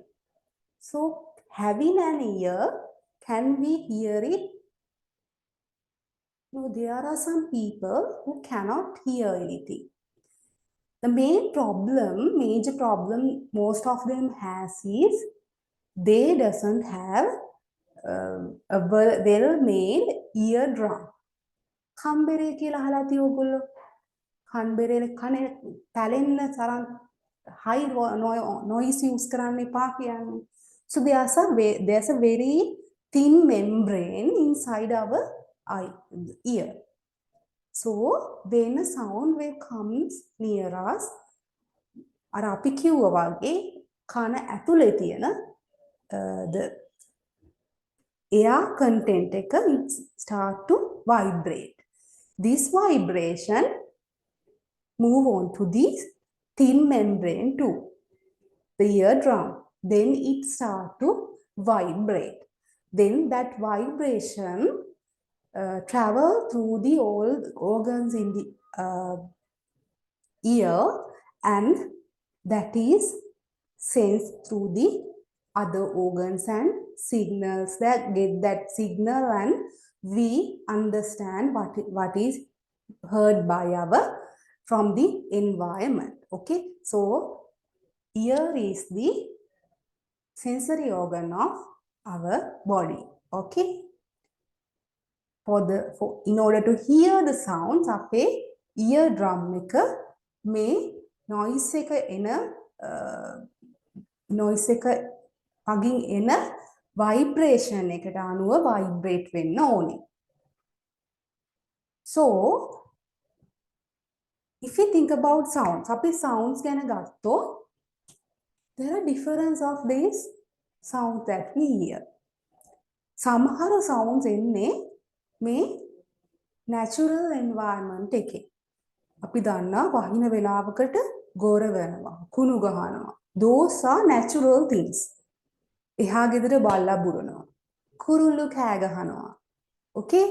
මුහුද ගාවට ගියාම මුහුද රැල්ල ගහනවා සද්ද එනවා. හුලගේ සද්ද එනවා. Okay, people are shouting. Like that, we hear many sounds. These are natural sounds made by the living and unliving beings in the earth. But there are sounds, they are artificially made. අපි දන්නවා මේ sounds ටිකක් අපිට අමාරුයි. They are not good for our අපිට එච්චර කනට මිහිරි නෑ කියනවා අපි. We are talking about that word again in the next slide. මේවා normally the vehicles and the sounds of the speakers and horns like that, they are artificially made, artificial sounds. So the diversity of sounds, they can be divided into according to the source that they are made. එයාලව produce කරන source එක අනුව we can divide them into two, natural sounds and artificial sounds. Okay, then according to the the sound that they produce, we divide that sound into two, that are music and noise. Music has the quality of rhythm. The rhythmic sound is called music. ඒක අපිට කනට හරි ආස හිතෙන දෙයක්. ඒක කනට පහසුයි. Okay, but the noise is, it is very difficult to keep listening to that sound. ඔයාලා දන්නවා එළියට බහැලා අපි ටවුන් එකට ගියාම වාහන එහෙ මෙහෙ යනවා, මිනිස්සු කෑ ගහනවා, that sound by අපි ඒ sound එකට ගොඩක් වෙලා expose වුණාම අපිට ගොඩක් අමාරුයි. We get really tired. Okay, and in industries like in අපි කිව්වොත් වැඩ කරන තැන්වල කම්මල් වල electric වැඩ කරන තැන්වල they are working with these high sounds, so they are not comfortable for our ear. Those are called noises. Okay, the sounds of birds and the musical instruments, they are very comfortable for our eyes, our ears, so we call them music. Okay, that is the categorization based on the sound that they produce. Okay, so we want to make some instruments or equipments to produce sound. Okay, we are doing this as an activity. Hope you have done this at school. Okay, there are some activities in your book to make these equipments. Okay, so there are different types of material used in order to prepare these equipments. Here, these ones, tin guitar, simple guitar, clapperboard, those are made using either by these අපි කියනවා මේවා හදලා තියෙනවා some kind of thin wires or අපි කියන කම්බි මේ වගේ දේවල් පාවිච්චි කරලා තමයි මේක හදලා තියෙන්නේ. So they produce sound just as the way that these violins, guitars, sitars, that they produce sound. This in the same way. ඔයාලා මතක තියාගන්න ඕනේ, in your exam you will be asked what is this simple instrument that is made that produce sound just as sound is produced in violin. Violin එක sound එක හදන විදිහට sound එක produce කරන sample instrument එක මොකක්ද කියලා. You have given 4 answers. You have to answer that. Okay, you will be given the drum, xylophone, tin guitar, and something else. Drum and there's something else. So you have to identify that the tin guitar is the one that produce sound in the same way as guitar or violin. තේරුණාද ඔයාලට?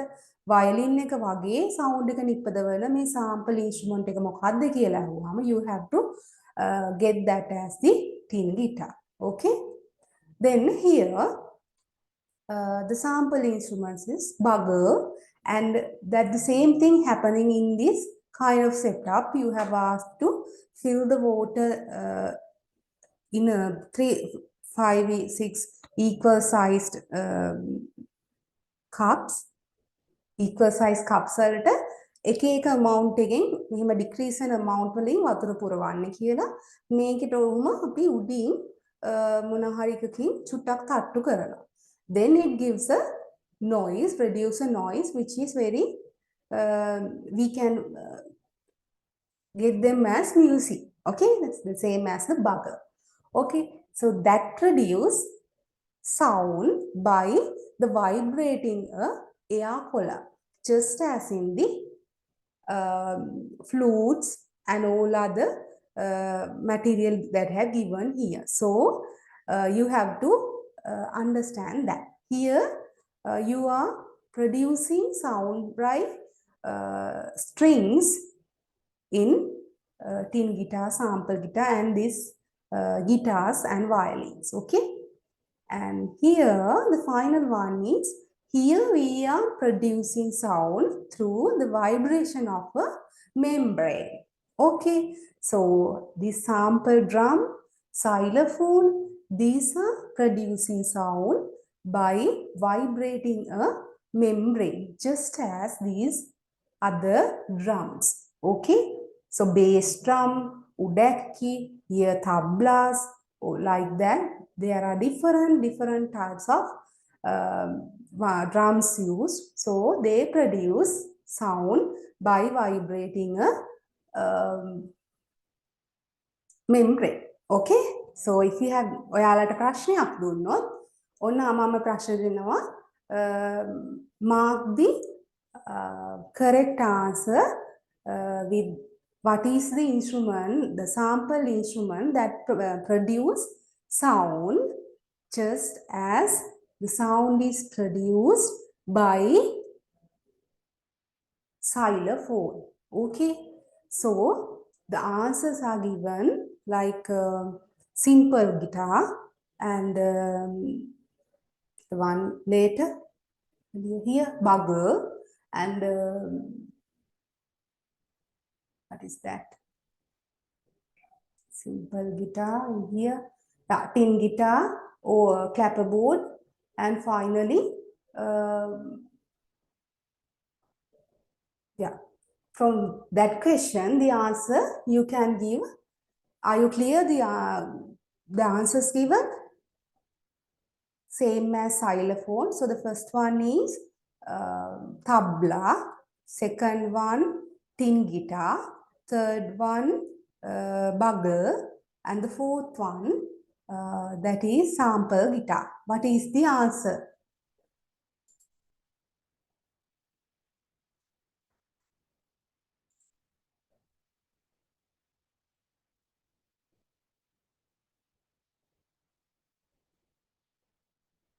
No answer for me.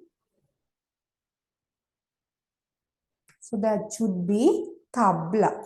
Okay. So this sound is, we need this sound, but we have to use that for a level that is not damaging our ear.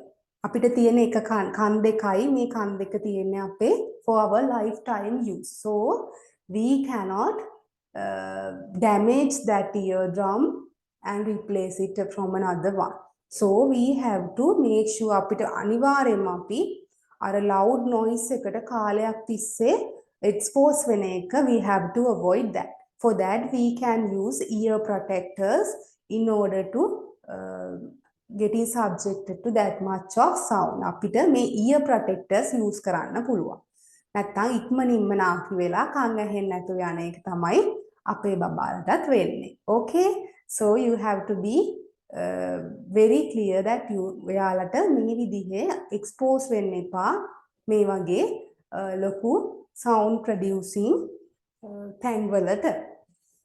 Especially the people that engage in industries like අපි කිව්වොත් welding වැඩ කරන අයට වගේ ඒගොල්ලෝ කාලයක් තිස්සේ මේවත් එක්ක වැඩ කරාම they lose their hearing very quickly. So the summary of our unit is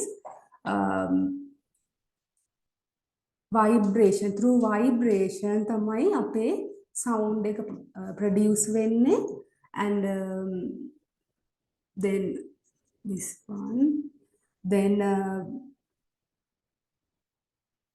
how the sound is the music can hear, yeah, producing how the sound is produced and the sources of sound. Sources of sound, and then the next one, natural and Know that a vibration how to hear sound, that means ear to hear sound. Then natural and artificial sound based on the sources of sound. Okay, then music and noise,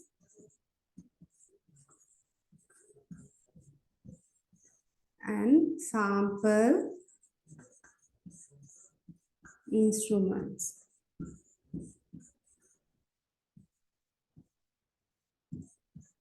Okay, you have to keep these things in your mind so you can identify that, know that මේක හරිම ලේසි පාඩමක්.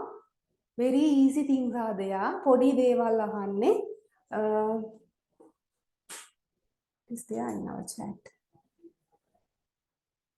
Oh, sorry, I have both. Oh, the video is on. Okay.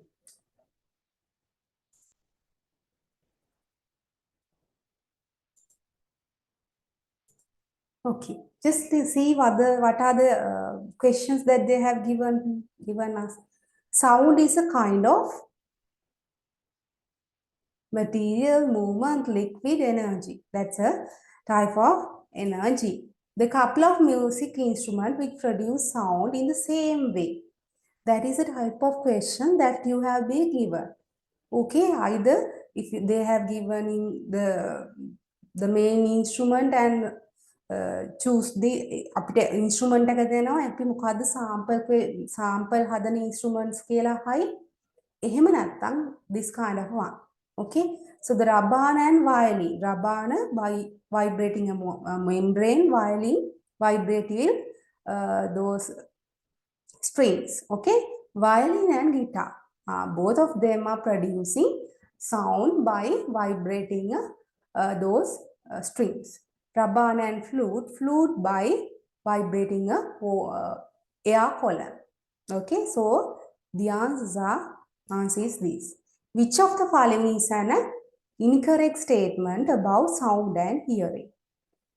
Incorrect one. Sound is produced due to vibrations. That is correct. Sound that are sung or played rhythmically are known as music. That is also correct. The excess music sound are not disturbance to the ears. That is incorrect. That is a total disturbance for the ears. Unrhythmic sounds are known as noises. Ekat hari. Okay. What is the musical instrument which produce sounds as the drum?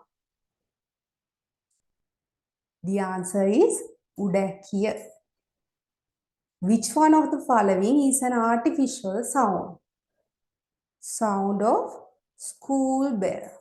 Which part of the human body helps to direct the sound to the ear? That is, direct කරන්න help වෙන්නේ externally තියෙන part එක, that is earlobe. Sound sung or played rhythmically is known as music. Some sound we hear are natural and some sound we hear are artificial.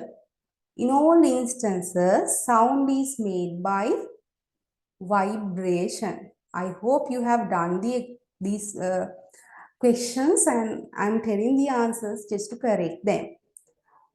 කවුරු හරි එහෙම කලින් කරලා නැත්නම් ඕගොල්ලෝ මේ group සරහා join වෙලා ඇති ඔයාලට මේ ගැන පණිවිඩය ලැබිච්ච විදිහක් ඇති.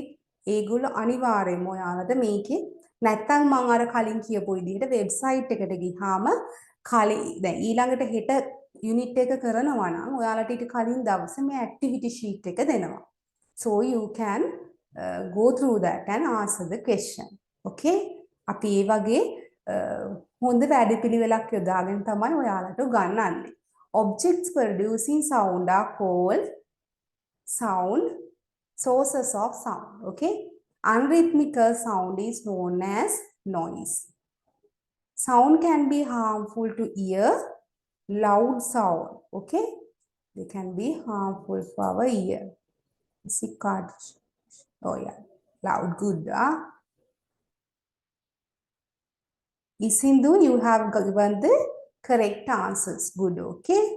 So, we are moving on to our final discussion of the day. That is magnets. You know that this unit is very important since it is new to you talking about magnets and you will be given much questions from this unit. Okay, here you have given a photo of the magnetic field of a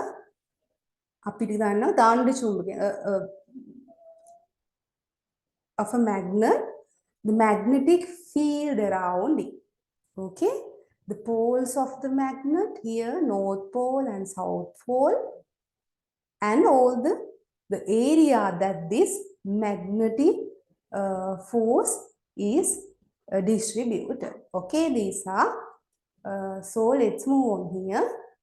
In our life, අපේ දිනදා ජීවිතයේදී we met with the instances that we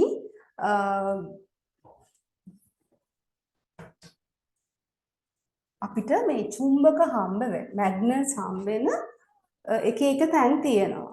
So you know, all of you have seen this kind of a small motor.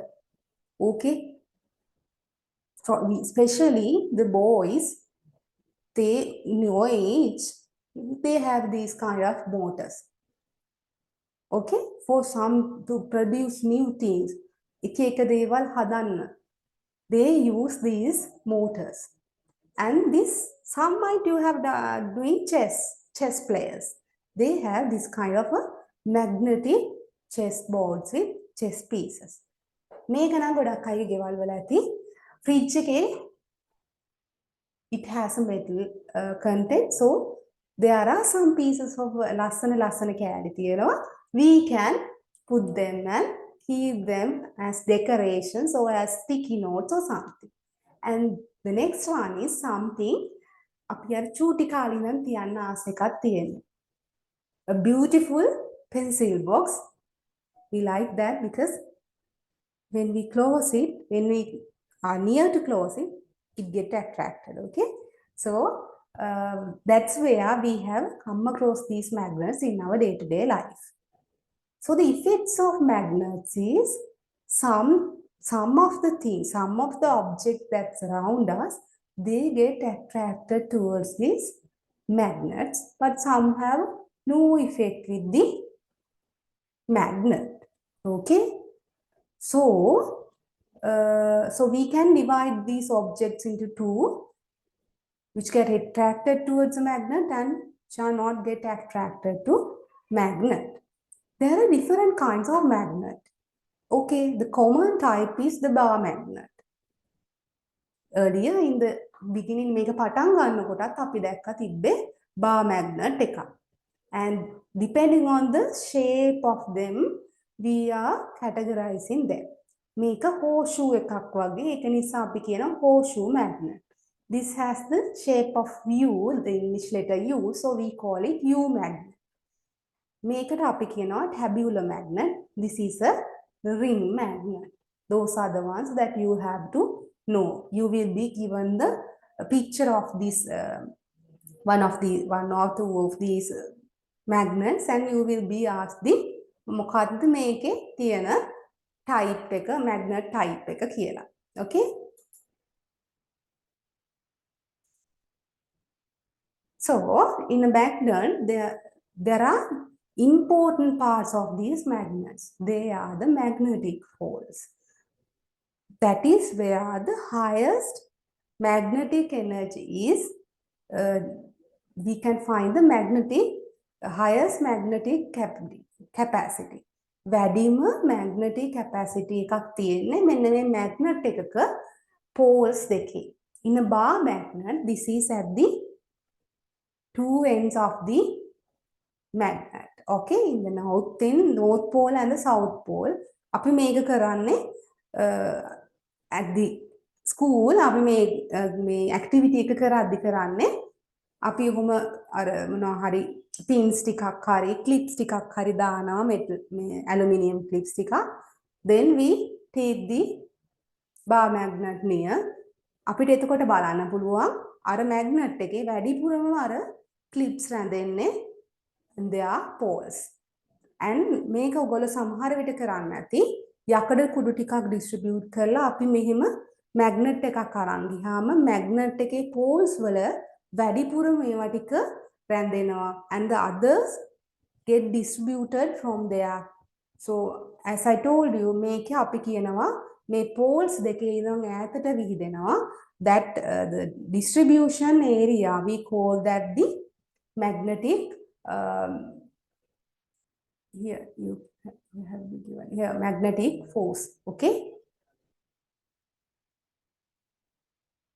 the behavior of a magnet. අපි magnet එකක් තිබ්බහම එයා කොහොමද හිටින්නේ? Normally if a magnet is placed with no other forces, මුකුත් බලපෑමක් යාට මුකුත් effect එකක් කරන්නේ නැතුව normally magnet එකක් ඉල්ලලා තියෙනකොට අපි, as you have given here, that's the activity, අපි කියනවා අපිට මේක බලා ගන්න පුළුවන්. අපි දන්නවා අපේ earth එකේ there's a north and south. අපිට තියෙනවා exact north එකක් සහ south එකක්. ඒ කියන්නේ හරියට directions තියෙනවා. We find this using a instrument called compass. So අපි මේ අරක නිදහසේ එල්ලලා තියලා, and if we place the compass near there, what is happening? We observed at school that this magnet is ඒක අන්තිමට place වෙන්නේ අපේ මේ earth එකේ තියෙන north south direction ඔස්සේ. So and the same happen when a magnet is placed on a rigiform and it is placed on a water container. Okay, why is this happening? Let's see how this is happened.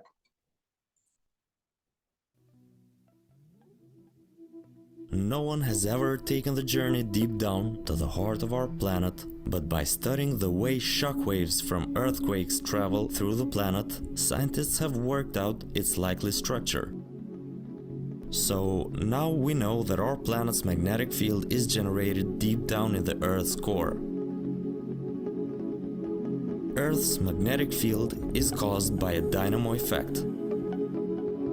The outer core of Earth is liquid metal. Fluid motion there generates electric currents.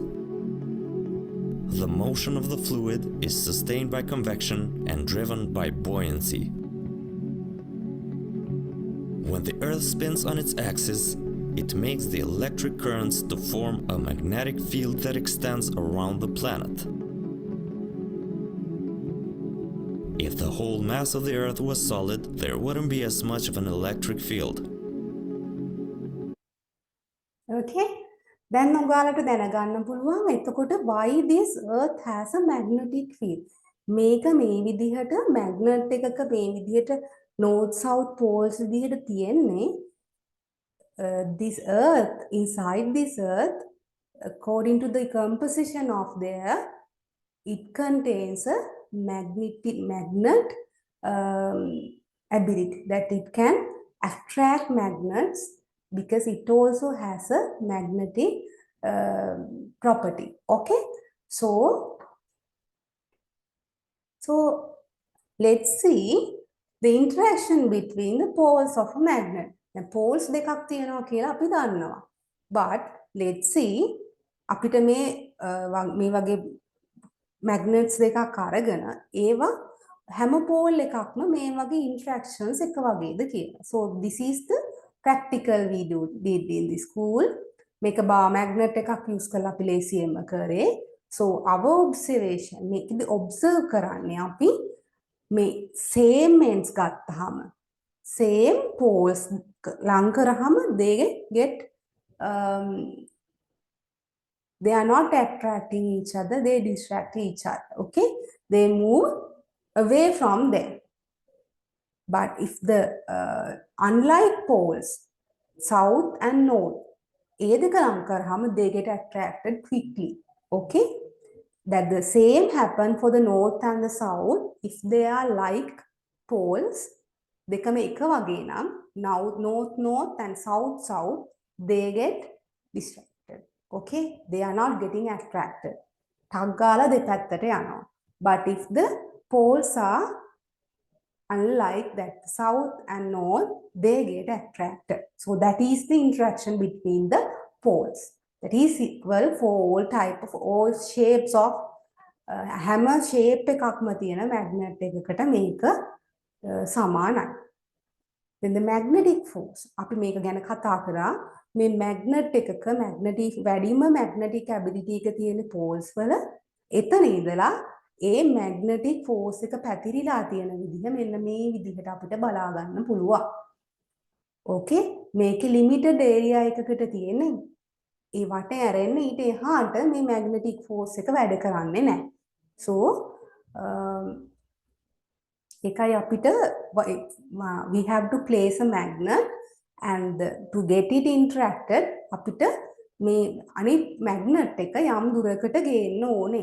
ඒ ළඟට ගෙනාවහම තමයි එයාර attraction එක හරි නැත්නම් repulsion එක හරි පෙන්වන්නේ.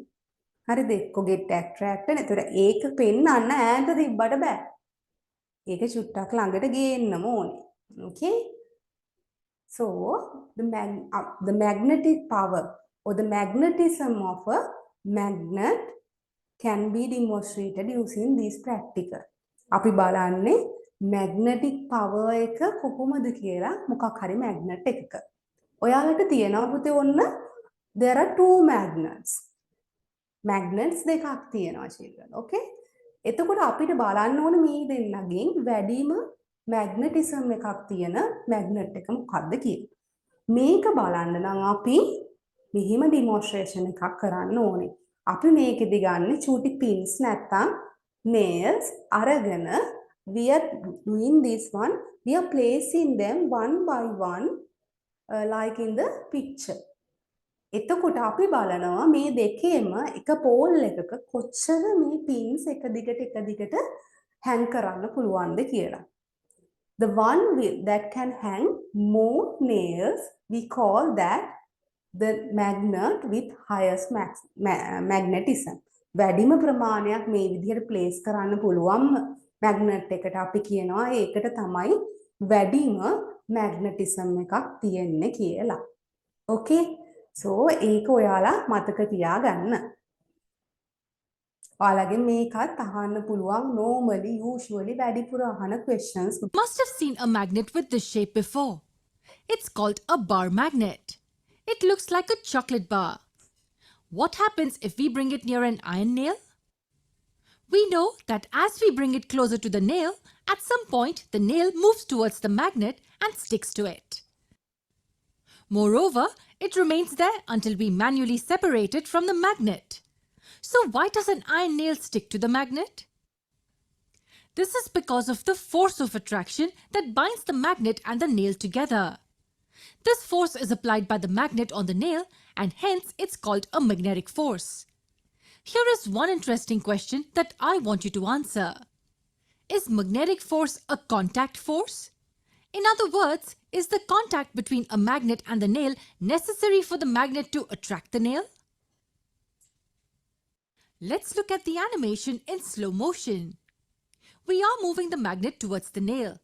And at this point, the nail also begins to move towards the magnet. It means the force came into action even when there was no contact between the magnet and the nail.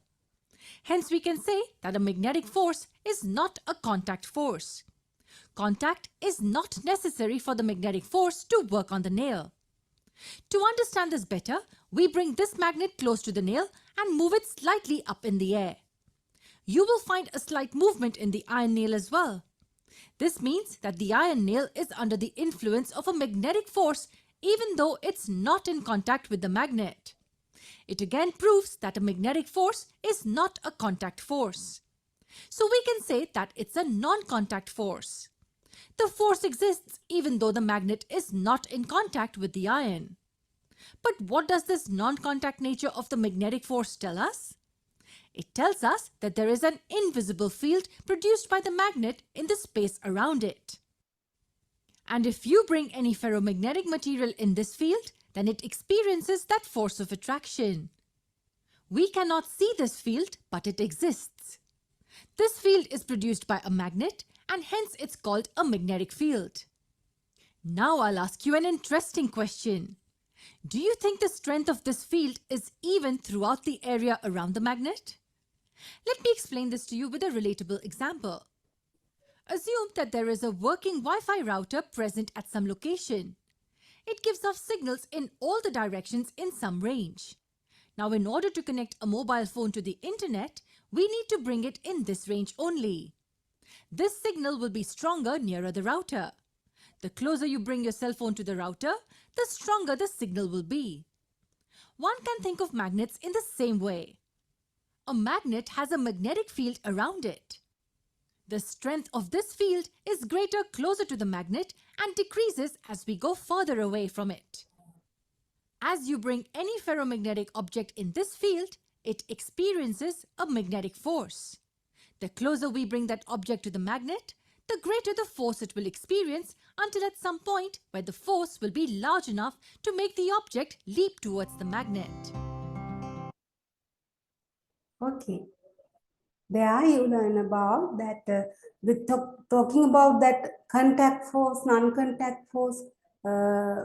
ඒක define කරන එක ඔයාලට වැදගත් නැහැත්තේ. හැබැයි ඒක use කරලා තමයි ඒගොල්ලෝ මේ magnetic force කියන එක නැත්නම් sorry magnetic field කියන එක describe කරේ. ඔයාලට පේන්නේ ඒක invisible area එකක්. ඒකත් ඇතුළට ආවට පස්සේ තමයි මේ magnetism එක දැනෙන්නේ. magnetic force එක දැනෙන්නේ. So that area that this magnetic power is distributed, we call that magnetic field. magnetic field එකේ තියෙන magnetic force එක magnet එක ළඟට එන්න ඒක increase වෙනවා. Okay? So here also, here we are using that magnetic property in order to let this sample boat run. Okay, it is floating because of the effect of the magnet. You know that මේ වගේ usual the file clip එකක් කියන්නේ magnet එකකට attract වෙන දෙයක්. එතකොට because it's a metal. So එයාගේ පැත්තට ඒක එන නිසා if we move the magnet around that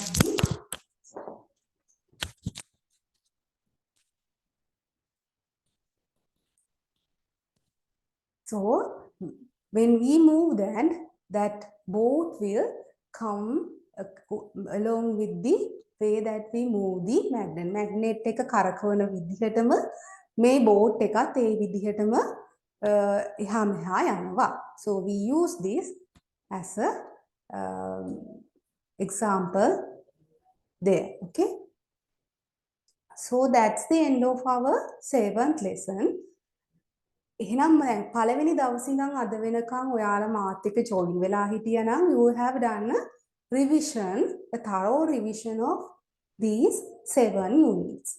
Okay, so we'll discuss the questions too. After that ඒකට පස්සේ පුතේ අපිට දැන් තව දවසක් ඉතුරු වෙලා තියෙනවා. ඔයාලගේ යාළුවන්ටත් කියන්න අපේ ෆයිනල් සෙෂන් එකට ජොයින් වෙන්න කියලා. එතකොට මං හිතන්නේ සමහර අයට ඔයගොල්ලෝගේ some of your friends and you ඔයාලට ඉවර නැතුව ඇති ඔයාලගේ lesson number 10, lesson number 11, that is a bit easy, but I'm going to discuss about the last four, 8, 9, 10, 11. There are 4 lessons which fall into the grade 6 third term. අපි ඒ ටික මීට වැඩි ටිකක් වෙනස් විදිහකට ඩිස්කස් කරමු. ඩිස්කස් කරන ගමන් I'll show you a question paper. අපි පෙන්නන්නම් මම ඔයාලට question paper එකක් කොහොමද third term exam එකකදී paper එක හැදෙන්නේ කියලා. So මෙහෙම ලොකුවට content මම ඔයාලට අද කතා කළේ the one that we need to the for that to face the exam make it මේ unit එකක තියෙන main topics ටික. Okay, ඒ වගේම තමයි ඔයාලගේ exam එකට questions හැදෙන්නේ. Okay, so wait.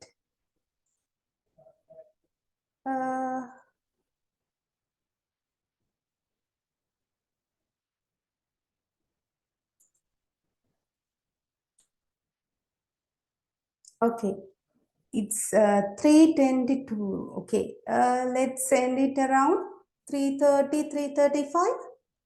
Okay, you just have 10 to 15 minutes again more. Okay, so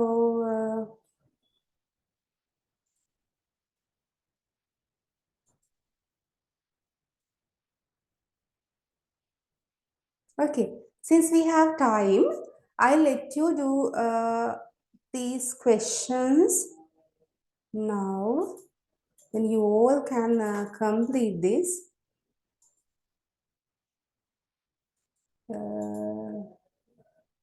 I don't think that you can see it. Can you see the questions? Are there anyone that you have not done the questions by now?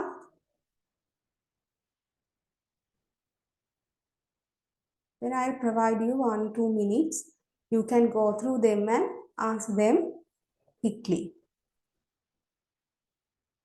And after talking about these ones, I'll show you another video which is related to the unit of that we did about magnets.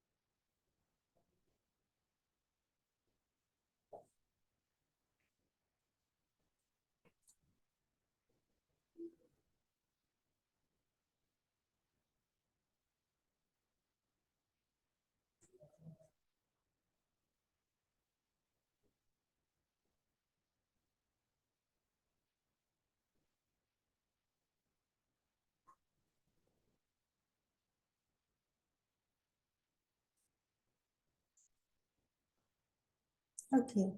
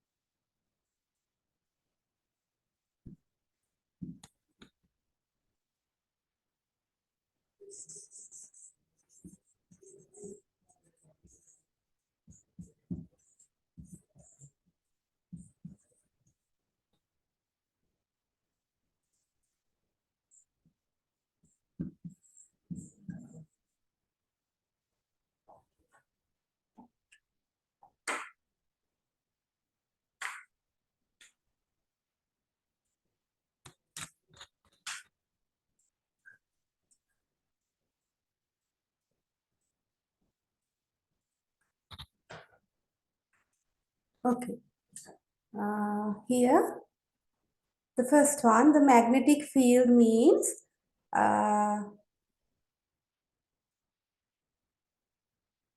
yeah, that's the area around the magnet. Okay. When hang a bar magnet steadily from the can't see. Hang a magnet steadily from the string to the stand and let it to be still. Poles of the magnet stay still in east and west. That is incorrect. Poles of the magnet stay still in north and south. Magnetic south stays still in north direction. Cannot be said because about the direction. Poles of the magnet stay still in north and south. That's the answer for you. What is the substance that attract to the magnet? So all these does not attract, but the iron get attract to the magnet. What is the type of magnet shown in the picture? This is a horseshoe shaped magnet.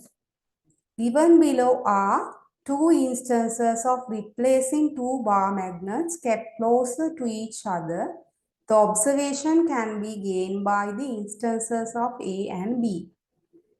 Okay, here you know they are unlike poles, so they get attracted. Here like force, so they get repulsed or repulsion happens. Okay, so attracted in A, repelled in B. Yes, that is correct. Repelled in A, attracted in B. That is incorrect. Attracted not in the both or repelled on the both. Here, the answer is number 1. In which instance can be used a magnet to separate from one other substance from it is sand and iron powder. The both should not be either ඒ කියන්නේ මේ දෙකෙන් එකක් විතරක් අපිට magnet එකකට attract වෙන දෙයක් වෙන්න ඕනේ. Here both does not get attracted. Here iron pins and needles both get attracted. Aluminium and copper they get attracted. But here the sand is not getting attracted while the iron powder get attracted. So that is the answer number 1. Which equipment helps to detect magnetism? So from them, the compass is the instrument that can detect the magnetism. Okay, so that's all for the unit number 7. So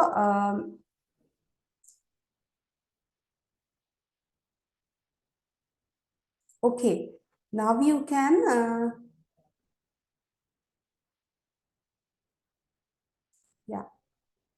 If you have a question about the lessons or the class that we are conducting, you can put them in the chat. Now, then I will show the video for you and in the class. I will give you 2 minutes.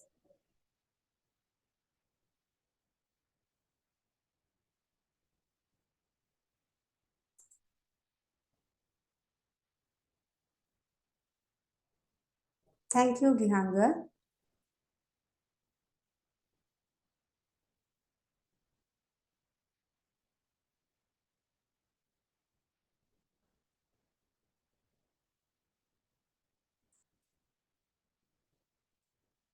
Okay, I will show you that video.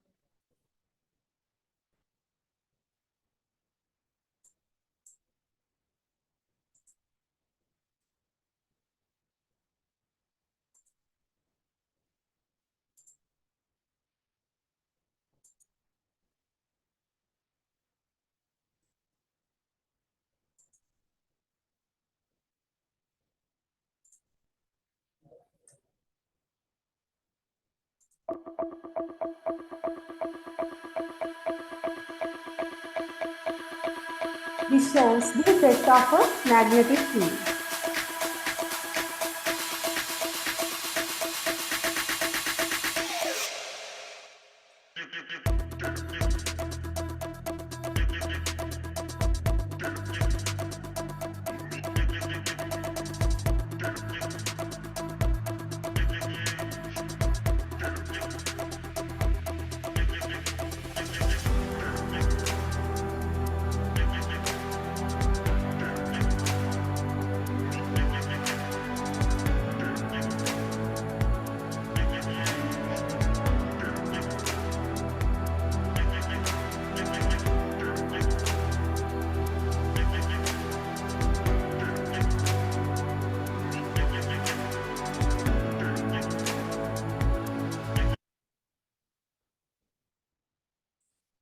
Good. That shows the effect of the magnet that caused by the land. That means you know that අපේ පෘථුවියේ තියෙනවා ඇතුලේ මේ magnetic power එක ඒකයි අපි කිව්වේ magnetic north and magnetic south කියලා දෙකක් තියෙනවා පෘථුවියේ.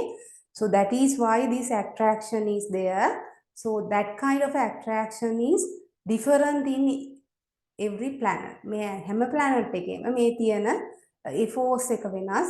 Depending on that අපි උඩ පැන්නාම අපිව කොච්චර අපිට force එකක් නැතුව පහළට force එකක් නැතුව ඉහළට යන්න පුළුවන්ද කියන එක වෙනස් වෙනවා. That's something interesting, just not the මේ unit එකට ඒක මේ ඔයාලට දාලා නැහැ.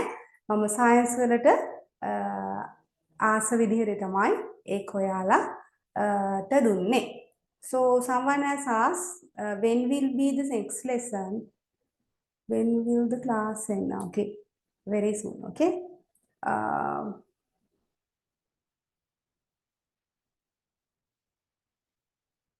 Okay.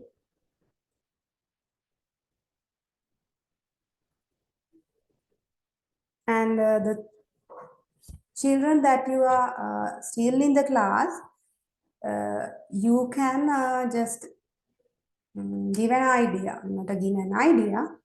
If you need some own lessons to talk about, අපි දැන් ඊළඟට කරන්න තියෙන lessons වලින් from unit number 8 to unit number 11, what are the units that you need to be discussed thoroughly? ඔයාලට මොනවද කතා කරන්න නැත්නම් අපිට කිව්වොත් අමාරු lessons මොනවද? ඔයාලට මග ඇරිච්ච lessons මොන හරි තියෙනවද? I will consider your request for the next class, in preparing for the next class. If you have an idea, just Type it in the chat.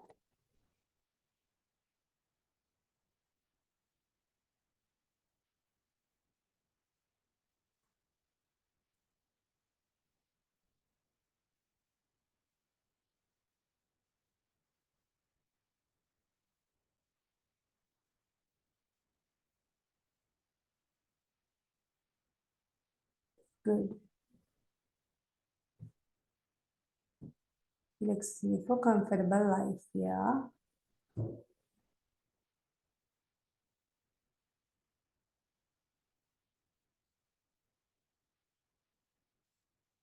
Last lesson. That's bit of a easy one. Okay, I'll consider that too.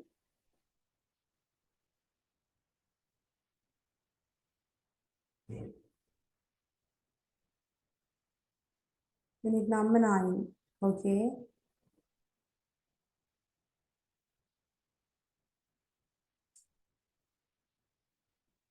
So you have requested unit number 8, 9 and 11. Let's see how much I can do.